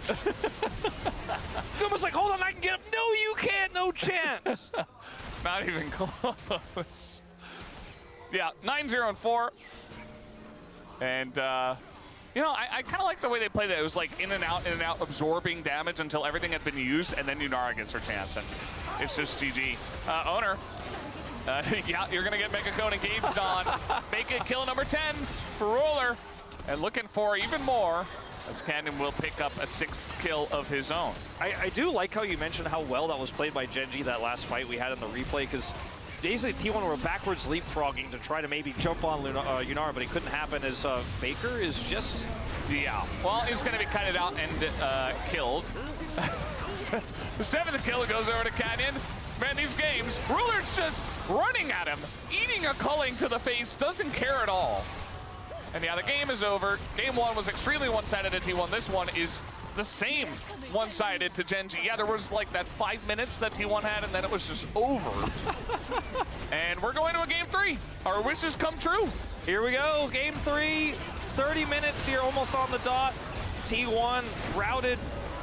And we mentioned we thought maybe Ruler wasn't going to get off the ground. I think he had his full Dragon Ball Z Super Saiyan arc in this one. Yeah, From zero to hero. Shout out to Duro as well, hiding on Bush, using it against Faker. Totally turns down turns around the bottom lane. Keen having his like side story as well in this game. Yeah, this was definitely a very, very fun way to bring us to 3. Again, relatively one-sided, but because we had that drama of the turnaround early, it felt pretty interesting. T1, I think, very aware of some of the over-aggressive moves they made in this game where they were greedy and they got punished.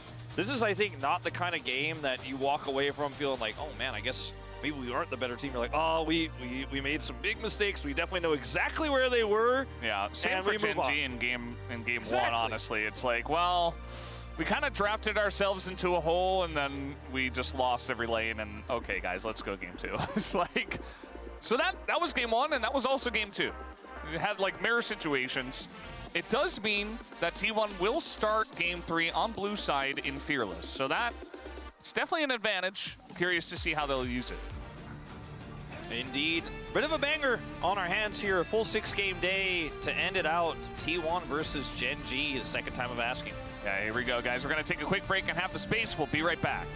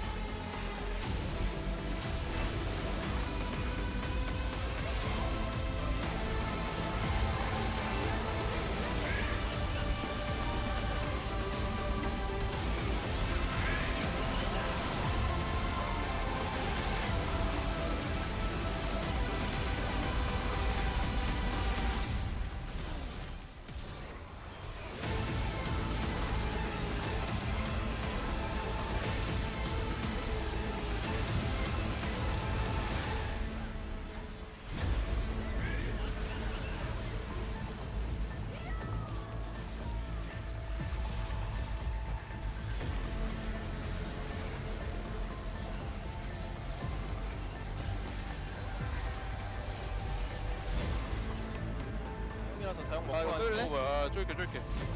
내 노플이거든. 이거 못하게. 아, 나. 아, 와봐. 아, 갈래? 가자. 노플이야, 지금 죽여야 돼. 남이까지? 남이까지? 플래시 있을만 하거든? 가본데? 오케이. 한탐 쪽 가자, 이대로. 그냥 때려가자. 용 먹지 말고. 오리아나 노플. 나 사이드 돌게. 오리아나 여기 있고. 야, 따위 박자. 나 박을게. 뛰었어. 노플이야. 탈진까지 걸게. 오케이, 나이스. 덤블 노플.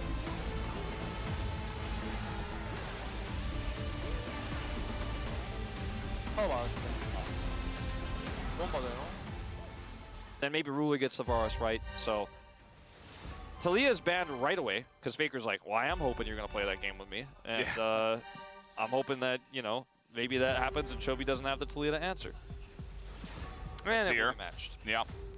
Matching bans and Faker ban.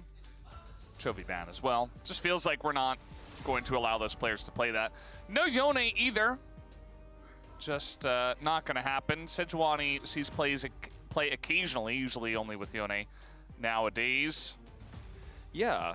I think this is a pretty smart ban. There's a lot of comps that work well with this.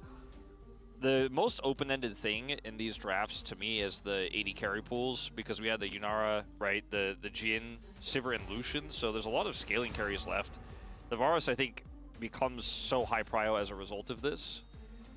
And the possibility of that first pick Nico rises, I think, significantly in this moment where Pantheon is just a required ban.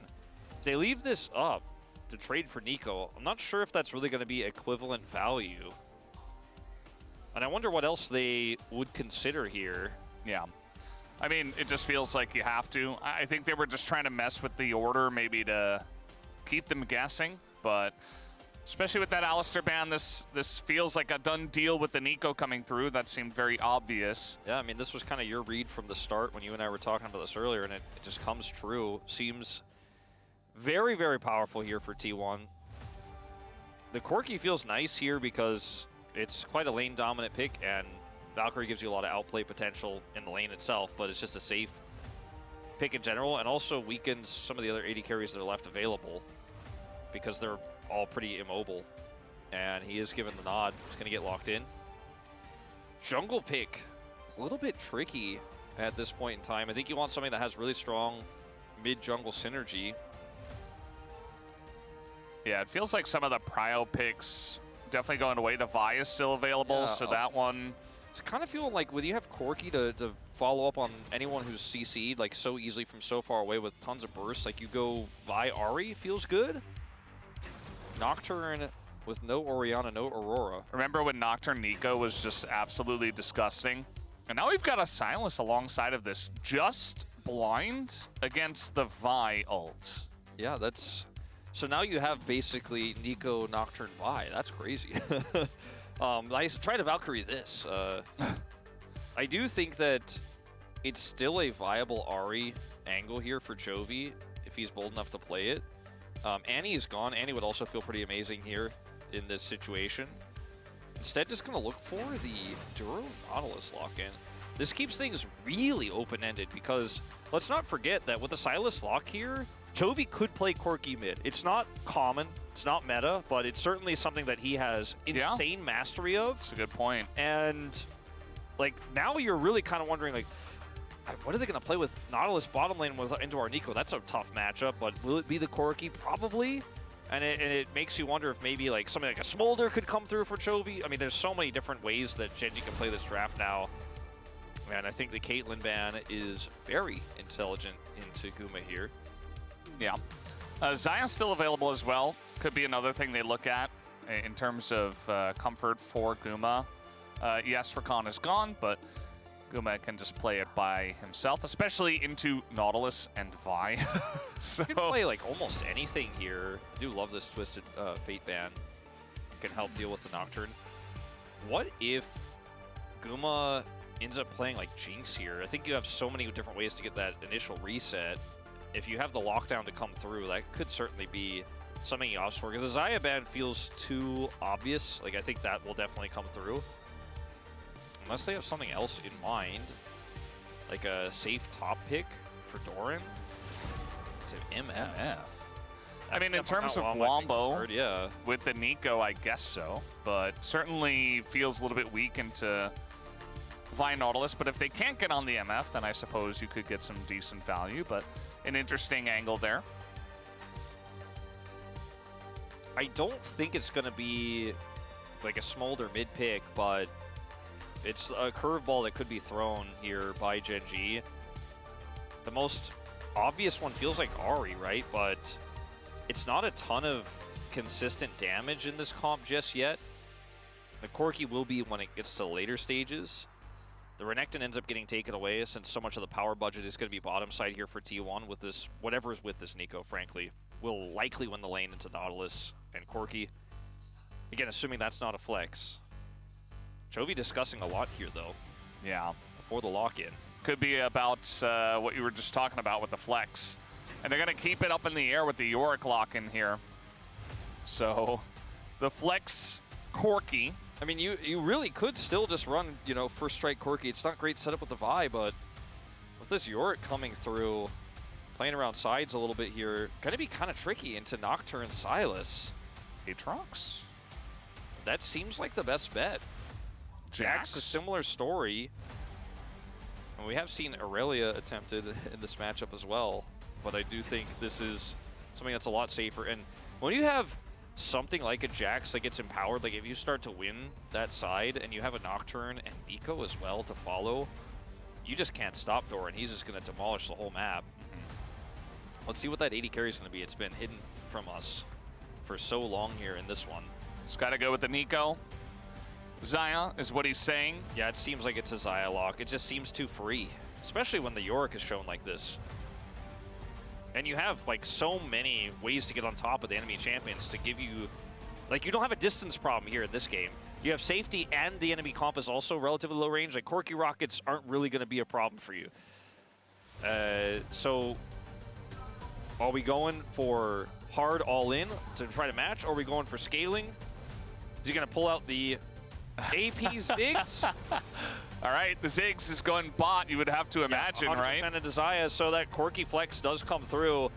We think we've seen a little bit more Ziggs with the buffs in mid lane. It's been played in other regions. They're holding like, it. It's pretty good into Sylas as well. Into Sylas, yeah. I mean, you just sit there, you poke, you harass. But ultimately, I think the Corki is safer. We'll see if he wants to go first strike and just try to generate a gold lead there, or if he's going to opt for something a little bit more damage focused. Because accelerating yourself to 2 items, we see so many Corkis in the melee matchups in mid just going straight into first strike and trying to hit 2 items as soon as possible to be incredibly relevant towards the mid game. Wow, this draft I feel like went 40 chess on both sides. There was certainly a lot of, like almost every pick went down to like the last 5 seconds before the lock-in, you know? And I think of the 3 drafts, I find this one to be the closest, Valdez. I think it's got a lot of power for the T1 side and comfort, but a lot of finesse, and if played perfectly, I kind of feel like GENG can outdo T1. I'm scared mostly about that Jax Nocturne side lane. That just feels like if that starts to get out of control, T1 could do whatever they want. Yeah, it does very much feel in their wheelhouse, and we got Ruler playing Ziggs, which is very interesting. It was never really a big Ziggs guy, but we'll see how it goes here as we hop on the rift for game number 3.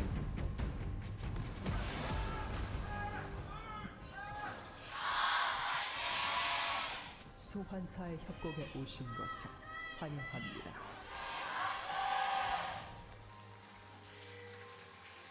Game number 3, this historic matchup, the second of 3 times we're going to see it here in the Legend group.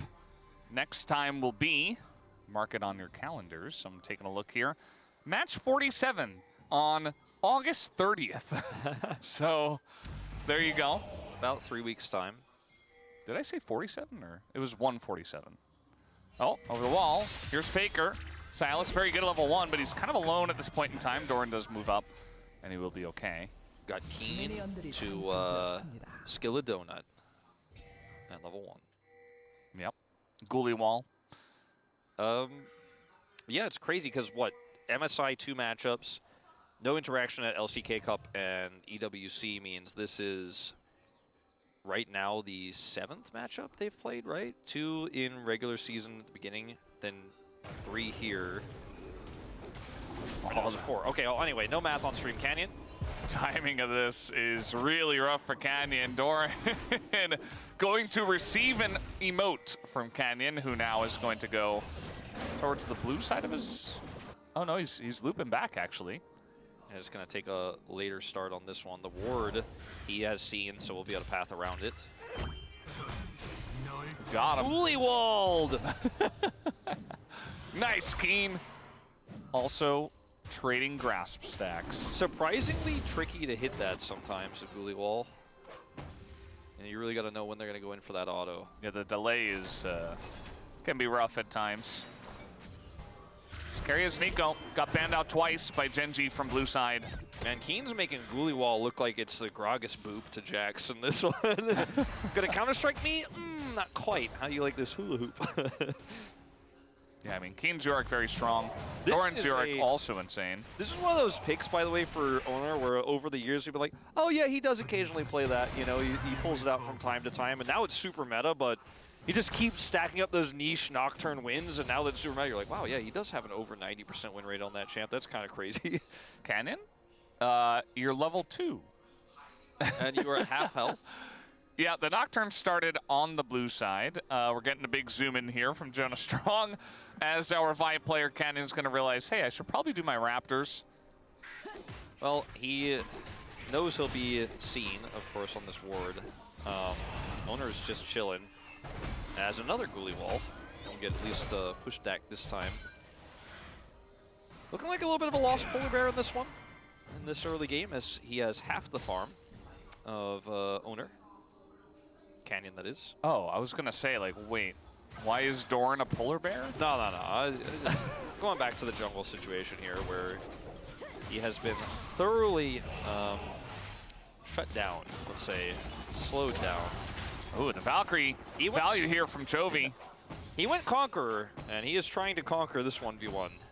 Out of mana now, though. You remember when Silas was more meta, we used to see Corki into it very often. So I'm really glad that you called out the swap early, because I think for Chovy especially, it's just so obvious. Trying to get in here and, ooh, Canyon gets his blue buff stolen away. I mean, he is really far behind. Like, I don't think we can really overstate a 4-minute 300 gold lead. Flashing the root. Yeah, gonna get that summoner out of him at least. Really trying to help Faker get through this early laning phase in the melee versus range matchup. Just feel like when you pick the Sylas in this situation that it's so good for your comp, right? And you're so happy to just lock that, as we do have a lane swap here. Will be the TP to match here to come down. In fact, from Ruben. So you're playing into the Jax, but this is good for the Xayah. Obviously, she doesn't want to lean into Ziggs. But yeah, this opportunity that Chovy has to just kind of say, no, I'm actually going to get an advantage here. It feels pretty good. Now, Faker already TP'd, Chovy did not, so that looks kind of wonky there as Chovy's out of mana, but he is just going to go back. Bit of a bait here, potentially, from Cooler. Yep. Oh, that was sick. The aggressive one going to work out on Doran. And those are the moments where you can use your satchel aggressively and feel fine. Later on, into Nocturne Silas Jax, you're definitely going to want to try to save yourself rather than what we saw there. Little roots coming down, so similar amount of damage done by Guma and Keria to their top laner. The problem is that Ruler's going to be hitting a turret as Ziggs, which feels quite powerful versus, you know, Xayah's decent. He's actually just going to be continuing to chip away at Doran. Going to have to counter-strike. Whew, that satchel also dangerously close.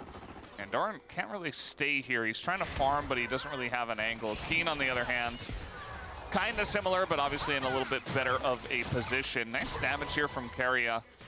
Gonna chip him just a little bit lower, but the amount of potential they have to kill this Yorick feels a little bit less than what we saw in that bottom lane. Chovy teleporting back to lane also has an advantage there as Owner. All right, trying to get on top of the Ziggs, and I think they might just be able to do it. The flash ahead of time is gonna work out. First blood given over to Doran's Jax. He does immediately get traded back, but that kill only went over to Duro. Canyon down 2 levels. He's giving him the scared Yuumi, like, I don't really want to stay around here much longer. Valdez, this game is getting wild. It's already happening. I really love that response from Owner to flash early, knowing that Ruler, his only choice is to just flash away. So, well played by him. The trade of kills feeling pretty good for Doran, obviously picking up a kill, has a call in his inventory. Kill going over to Duro in return is good that they got it, but obviously not as impactful. And there's still a big hole in the jungle as Canyon is trying to find anything. Like he's scraping the bark off the trees to chew on it because he's starving so bad. Yeah. He is like, I need XP, I need money, I need anything. As this play here, like the back is being channeled by Owner. By the way, it's a control ward, but he can just fly over it. And the placement of the satchel and the near escape here, I mean, I call it a near escape, it really isn't, but like I don't think that could have been played better by Ruler on the attempted escape, let's say. Was cool and all, but got him. Yeah, got him. Just got to respect the Nocturne, you know? I think that's the biggest thing there. Like, they have a Jax kind of pinned on under the turret, but he's about to hit level 6, and you've got a Nocturne who's also about to hit level 6. Kind of funny that they hit 6 at basically around the same time. Like, I would assume that Owner got it on the Krugs before he went to that gank.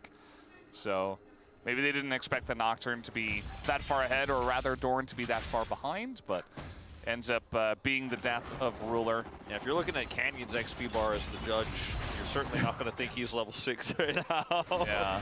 As Owner's like, oh, you still boy. seem to not be level 6, by the way. And these seem to be my Krugs. This is like some peanut level of just crazy, I'm going to take everything away from you. Owner, did he go too far is the question. The bomb is going to miss, and it looks like he absolutely did. Duro's going to get the kill. I don't know how he always does this. Duro getting fed, and Ruler probably very angry. Meanwhile, Canyon, congrats to him. LCK Jungle second ever to get 4,500 assists. It always happens in a game like this, doesn't it? His first assist of the game, by the way. Yeah. As he's getting absolutely just run around the map here. It's all. I feel like it always comes up when the player on the team that hits a milestone just gets blasted in a team fight, but like traded back 1 kill, or like it's like, oh, like Like died in the turret, got the kill. Yeah, and it's like, exactly. yeah, 1,500 kills. Congrats. Exactly. It's like always like that. I think at some point maybe a discussion needs to be had about like, do we have too many milestones that we can talk about in the LCK? But Canyon, it's a big one here, and we will respect it. And he has level 6 now, which I think right now he's probably feeling is the bigger milestone in his career in this best of 3. Finally compress his ult button. When you look at where the gold is, it's very strong top side here for T1.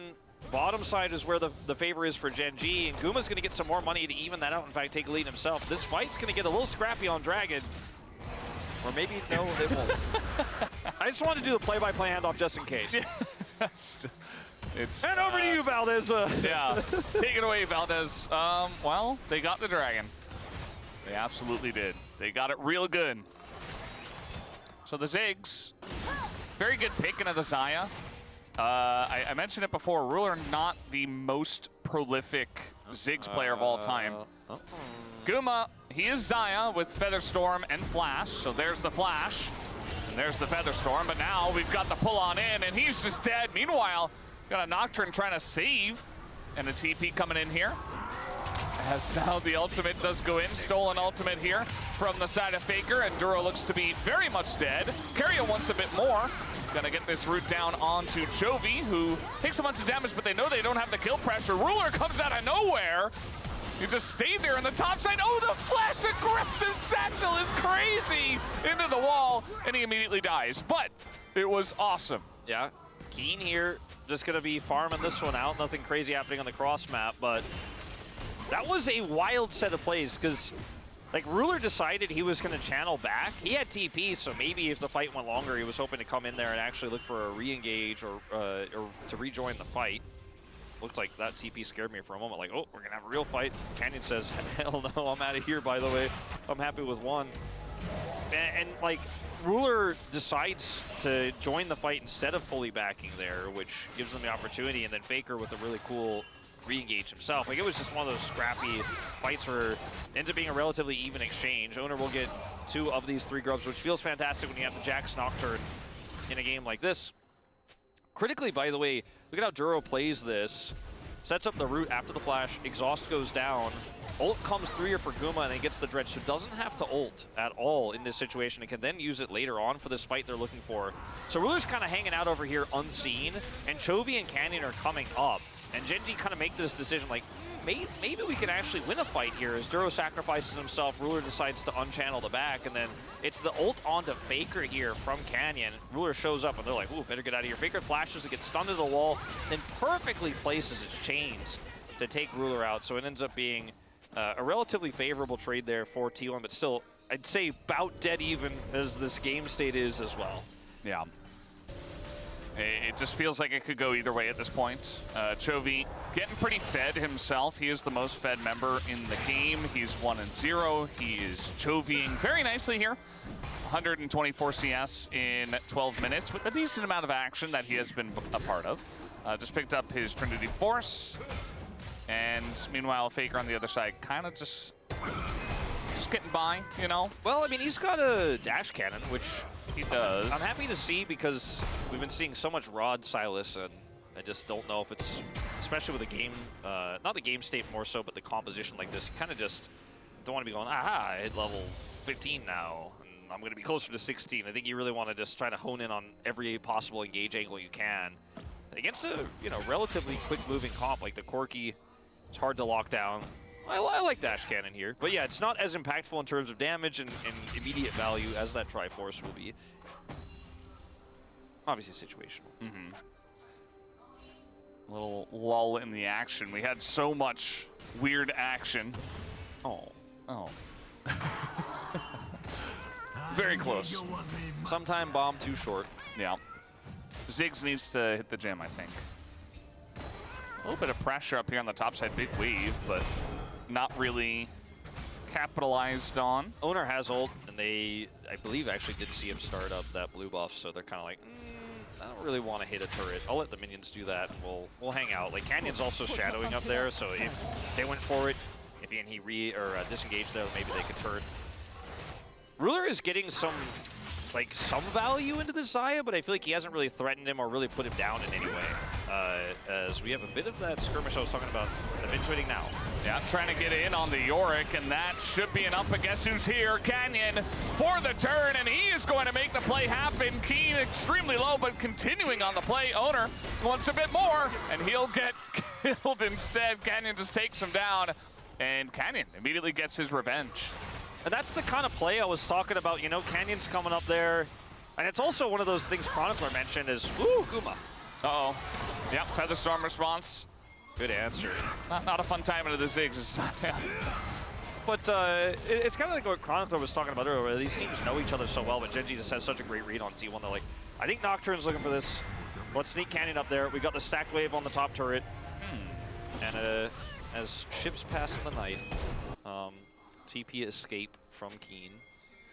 But like plays like that are so premedicated based on the fact that you know the tendency, right? And you know that Keen is like up here going, better do something about this with your global Nocturne because I'm gonna win the side lane and you don't want that. And then Canyon's just in the bush and boom, spring a trap. Yeah. GENG taking the Infernal Drake in live. Looks like they should get it without much of a hitch. I mean, this is a very tense series here for GENG. It came in as relative favorites, I would say. It was pretty close to the Preds, but this series has not been as one-sided as a lot of GENG Predators thought it would be, even though they lost the last series to T1. It has been a real struggle, and this game was so on a knife's edge, but now GENG are taking a real significant lead here. Stolen Nautilus ult, going to delay the turret take. Yeah, for just about a second, or as long as the Nautilus ult actually lasted. But they did not stop attacking the turret after that. That's 2 turrets for GENG here. Beats his strength in the bag. Yep. Old lead starting to balloon.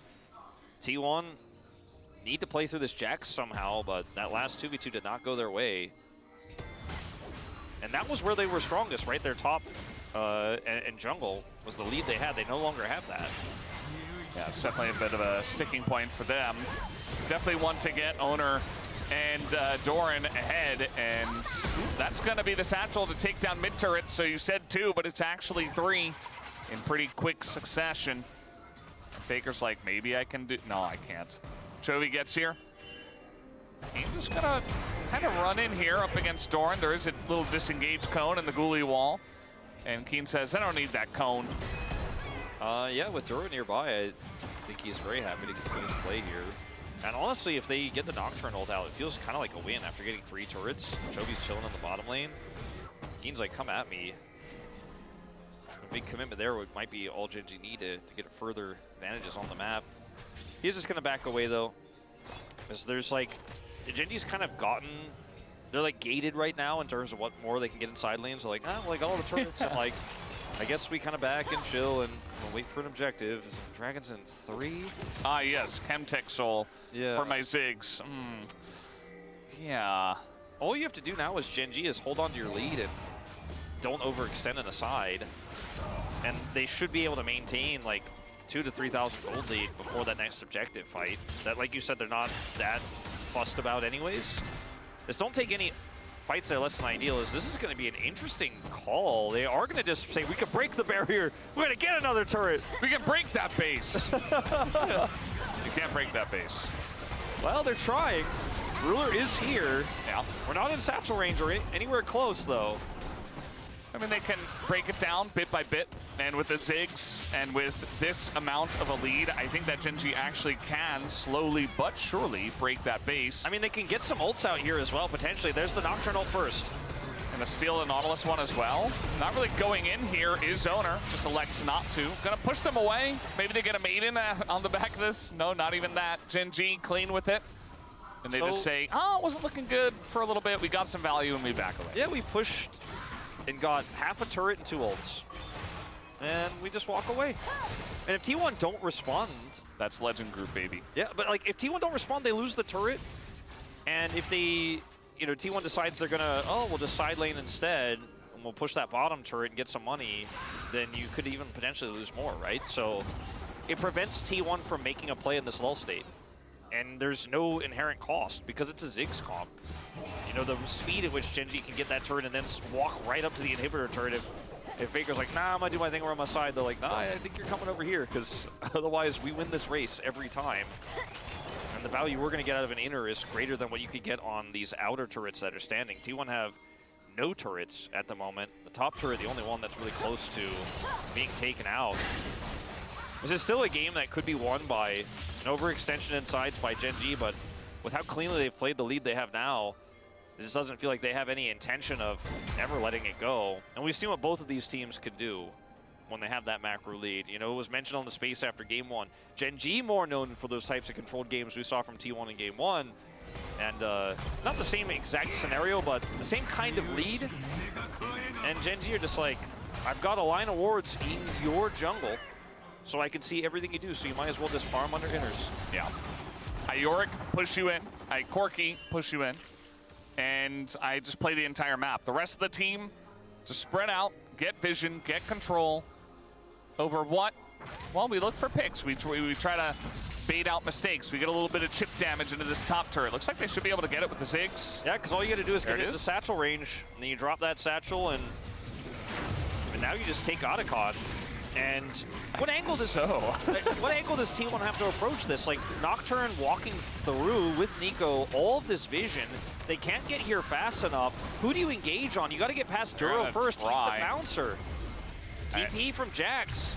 Yeah, and from Faker trying to get in as the Rift Herald summoned. They have vision now. T1 trying to push in. Duro very separated actually, kind of by himself on the left side. GENG abandoning the play, and they'll lose their Nautilus for it as well. T1 starting this one up. Carry is taking the Rift Herald for a little drive. Not exactly sure. Keen finally does TP into this one. And it's Otacon flip for the ages, taking quite a while. Doran going in, they're just trying to zone them away. As the engage comes in from T1, they lose 2 though, and Owner about to follow. Guma desperate to do something, but instead, he just gets autoed down by the Ziggs. And GENG, so much control of the play. They lose their Nautilus, they don't care. They still win it handily. And now Doran gonna Okay, trying to get this one, but he's not gonna get in range. And Chovy just picks up yet another kill. Samsung Galaxy Flash right there.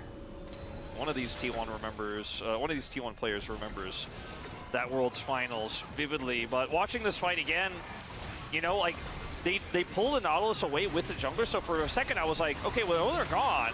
Maybe Genji to stick the Otacon because there's no smite fight, but they back away and play it slow and look for the turn with the Vi. Guma tries to look for the ult feathers there, but does not actually get Ruler. And the fight's a wash.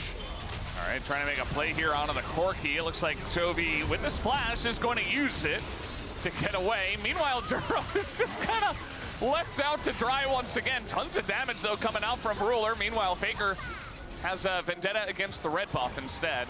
Yeah, this was a cool idea. And a cool dodge.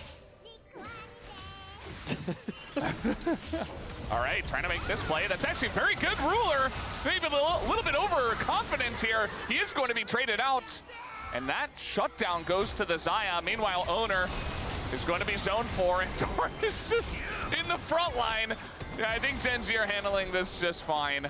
Yeah, it looked a little scary for Keen there for a so second. wonky, Wolf. But at the end of the day, you know, Doran was like really trying to maximize his Counter-Strike value there, but was shut down.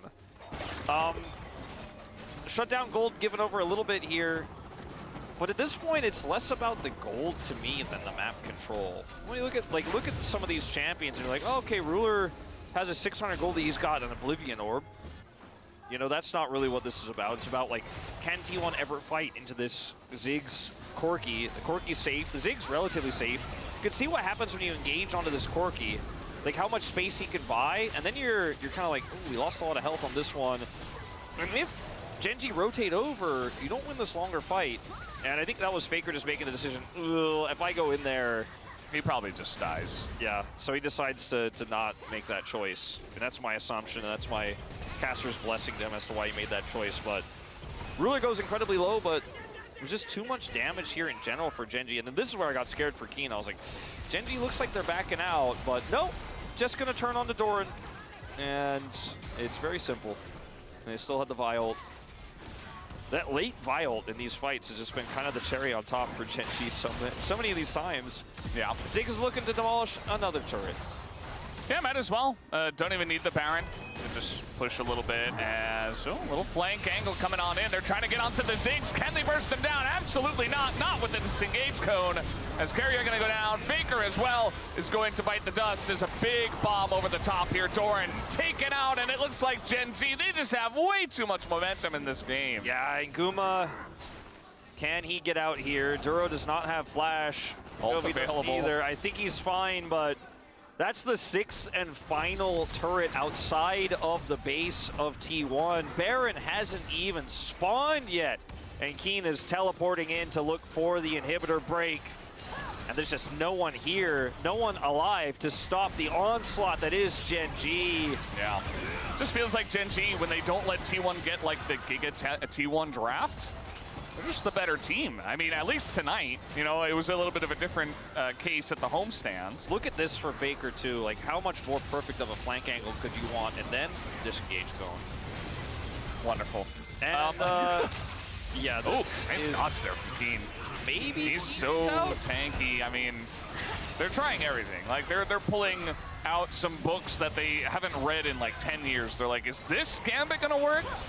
I mean, it's just like the previous game for T1 where you kind of have to resort to tricks at this point. You can't actually just play straight up. This is the difference. I mean, when you look at, these are the top 2 teams in Legend right now. Not in the standings. Hanwha still has a lead over T1 versus the previous series where we had our bottom 2 teams from Rise. And the difference is that in the top level of Legend in the LCK, if you get a small lead, it's a one-sided game like every time, right? We saw 3 incredibly one-sided games. Like, sure, there was a lead for Guma in game 2 on that Lucian, but I mean, that was a very, very early game lead. And then now GENG with the lead they have here, it's just, you can't even approach a Baron. You can't do anything. Yeah. Jovi's 4K and he's 7 kills on this Corki that was flexed to mid. The blind Silas is not working for Faker.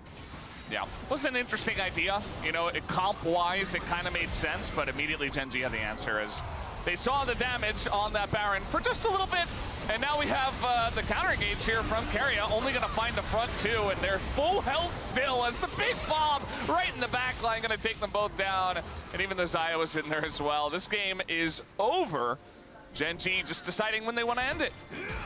Very, very fast game here. And when you consider the level of play these two teams have, you don't expect games to end 26.5 minutes, but that is what is going to happen. Another one-sided one, and GENG in another full series.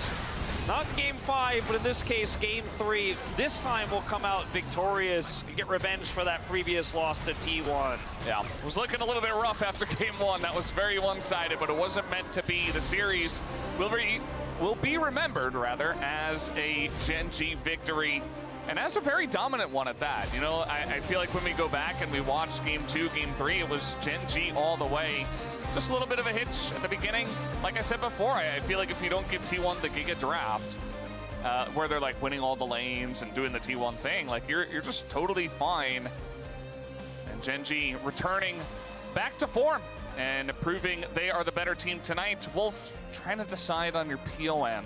Well, when in doubt.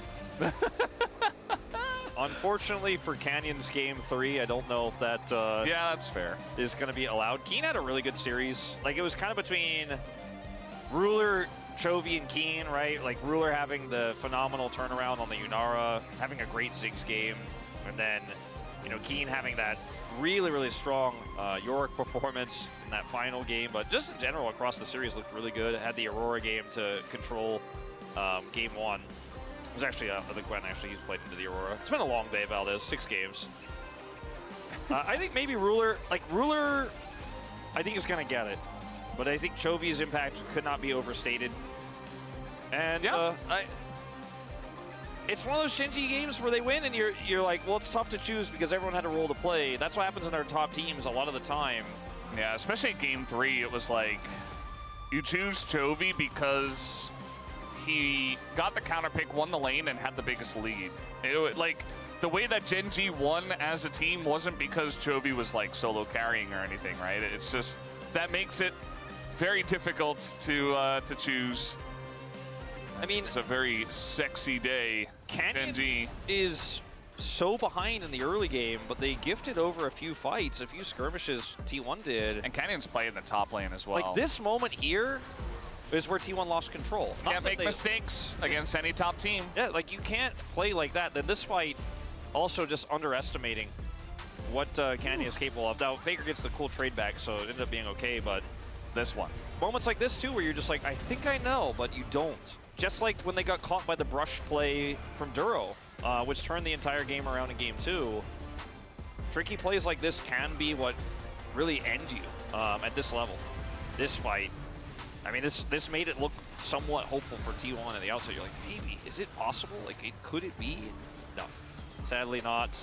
As Guma feebly tries to catch the Vi there, or Ruler gets neither of them. Faker gets blast coned. And the game was definitely over before this. T1 had some really cool ideas about how to get back into it. Maybe if a few things go better their way, could have been them getting at least us to an even game, but it wasn't meant to be. Wasn't meant to be. This is the final fight. Some frantic calls. So this is how you become the best team in the world. Everybody scream at the same time. It didn't quite work for DNF. I mean, I think for every team, there's different layers of how you want a shot call, right? Duro is incredibly vocal. So is Ruler. I think Ruler has a right to be in this this circumstance. Ruler's definitely always very vocal. I don't think Canyon's very happy. I can't really hear what he's saying because his mic cut out a little bit. It's Everybody else is smirking. He's probably just like talking about the jungle lead, and the team's like, yeah, whatever, dude. Like, we just crushed them. It doesn't matter. Typical jungler. I am curious to see who gets Palm here. We've had, in recent GENG wins, a lot of when in doubt voters. Yeah. Right? Even when Chovy was like nowhere to be seen in the game, so I wouldn't be surprised if he just gets it. I was a win in doubt, but I mean, with Yunara popping off, I mean, that seems to be kind of the narrative vote right now. Is vote for the Yunara player. Great Ziggs game as well. I think I probably would have gone for Ruler personally, but we'll see. I don't think it could really be anyone else between those two. Like maybe Keen, as you were talking about, but it's just going to be Chovy. And when in doubt, That go for Galio Chovy. play in game 2, I kind of forgot about. That did happen. And across the series, he was very consistent. Even his Annie got hard focused, right? Like he went 0-4 because he was constantly being pressured. They didn't have any control. Not really the best Chovy champion either. No. Well, he is now almost double Zeus in palm points. Crazy. Nobody can catch him, I think. I think statistically, maybe it's possible. It is It possible. definitely is possible, but it's not likely. There's enough series left where it is possible, but it's not going to happen. I mean, Zeus has to get it every time, assuming Han will win. They all would the have to games. win And every then time. Chovy never gets it again. And they would have to, yeah. GENG have lost, it says right here, 1 time. Yeah. And that was to T1 after, like, coming back from EWC. And And it an was incredible week. the homestand. And, Yeah, and they played Hanwha in the same week as well. yeah. And then had to travel to a homestand. Yeah, I mean, T1 had to hard. travel too, but it is what it It's is. hard. No excuses. You know, it's just Genji were the better team today. T1 got them the last time, but then Genji got their revenge. And the good news is that we get another one of these. I mentioned it before, but it's August 30th. It's a Saturday showdown, T1 versus Genji. And it's a great one to finish off the regular season of this year's LCK with. I think it's going to be a banger. I mean, this series didn't have the most fun games, but there was certainly a lot of strategical chess going back and forth, especially that Game 3 draft felt really fun to watch. Yeah, absolutely did. We're just waiting for the POM interview to hear from Chovy. for Toby's the like, oh, 13th come on, time. man, again? Yeah, we're almost there. But yeah, it was a pretty fun day. It was a long day. Yeah, I mean, like, it's what, 10:30 at night? Just over 10:30? Yeah. You know, I've had longer. You know, we've definitely had nights where we end at 1 a.m. here. We have pretty short breaks nowadays. We're trying to keep you guys at home locked in so you don't have to wait. So anyway, a good day of League of Legends though overall, Valdez. I think the first series more entertaining. Second series definitely higher level. Absolutely. Well, guys, we are ready here. We are done for the cast. Let's throw it over to Deer for the translation. Thank you very much, guys. This is Deer for the POM interview translation, joined by Chovy on the side of Genji. Congratulations! You got your round 3 payback against T1 and hit your 3rd win in a row. And Chovy, you're now at 1,300 POM points. How do you feel? I got 1,300 POM points, but I feel like my teammates all did really well, so I'm just really satisfied about winning today. There's a really fun history between Genji and T1, and 6 out of 7 matches went to a series. And it looks like you guys always end up having such intense matches. So why do you think that is? I think it's because Genji and T1 are both very strong teams. I think that's probably why it ends up becoming a series. Is it exhausting at all? I feel like it's not exhausting, but I feel like whenever we lose, it's because we make mistakes, or maybe there's just something that was lacking. So I think we just have to keep on trying hard. After dropping game 1, what did you guys talk about? For game 1, I think we had some mistakes in the laning phase, and we didn't really have control overall. I think in terms of drafts, we could have definitely cleaned up. So I think in games 2 and 3, we were able to do better. So in game 2, you guys blind picked Yunara. So was that just like a confidence call by Ruler? I feel like Ruler, when it comes to the champion pool, Ruler doesn't really have any weakness or flaws. He knows how to play every champion. And I think given that Yunara is a high value pick, we went with it. And let's take a look at the next replay of the Xin Zhao and Galio combo. And Galio taunts were impeccable, and when you were flashing into the blue, especially. So, walk us through this decision. I feel like we noticed that the enemy was trying to counterplay. But I was looking for a good taunt angle, so I was able to pull off a 3-man, one that I was originally planning on doing. So I was just trying to be as patient as possible to pull that off. And in game 3, with the last pick being Ziggs, we were able to see you play Corki after a long time. Was this just a planned thing? Or did you guys make the swap in the moment? We were contemplating on what to finish our comp off with. And I think, yeah, Ziggs was actually a last-minute pick. Because we were locking in Vi, we were actually considering the synergy between Vi and Ziggs and Corki. So I think that was what really gave us the edge in the very end in Game 3.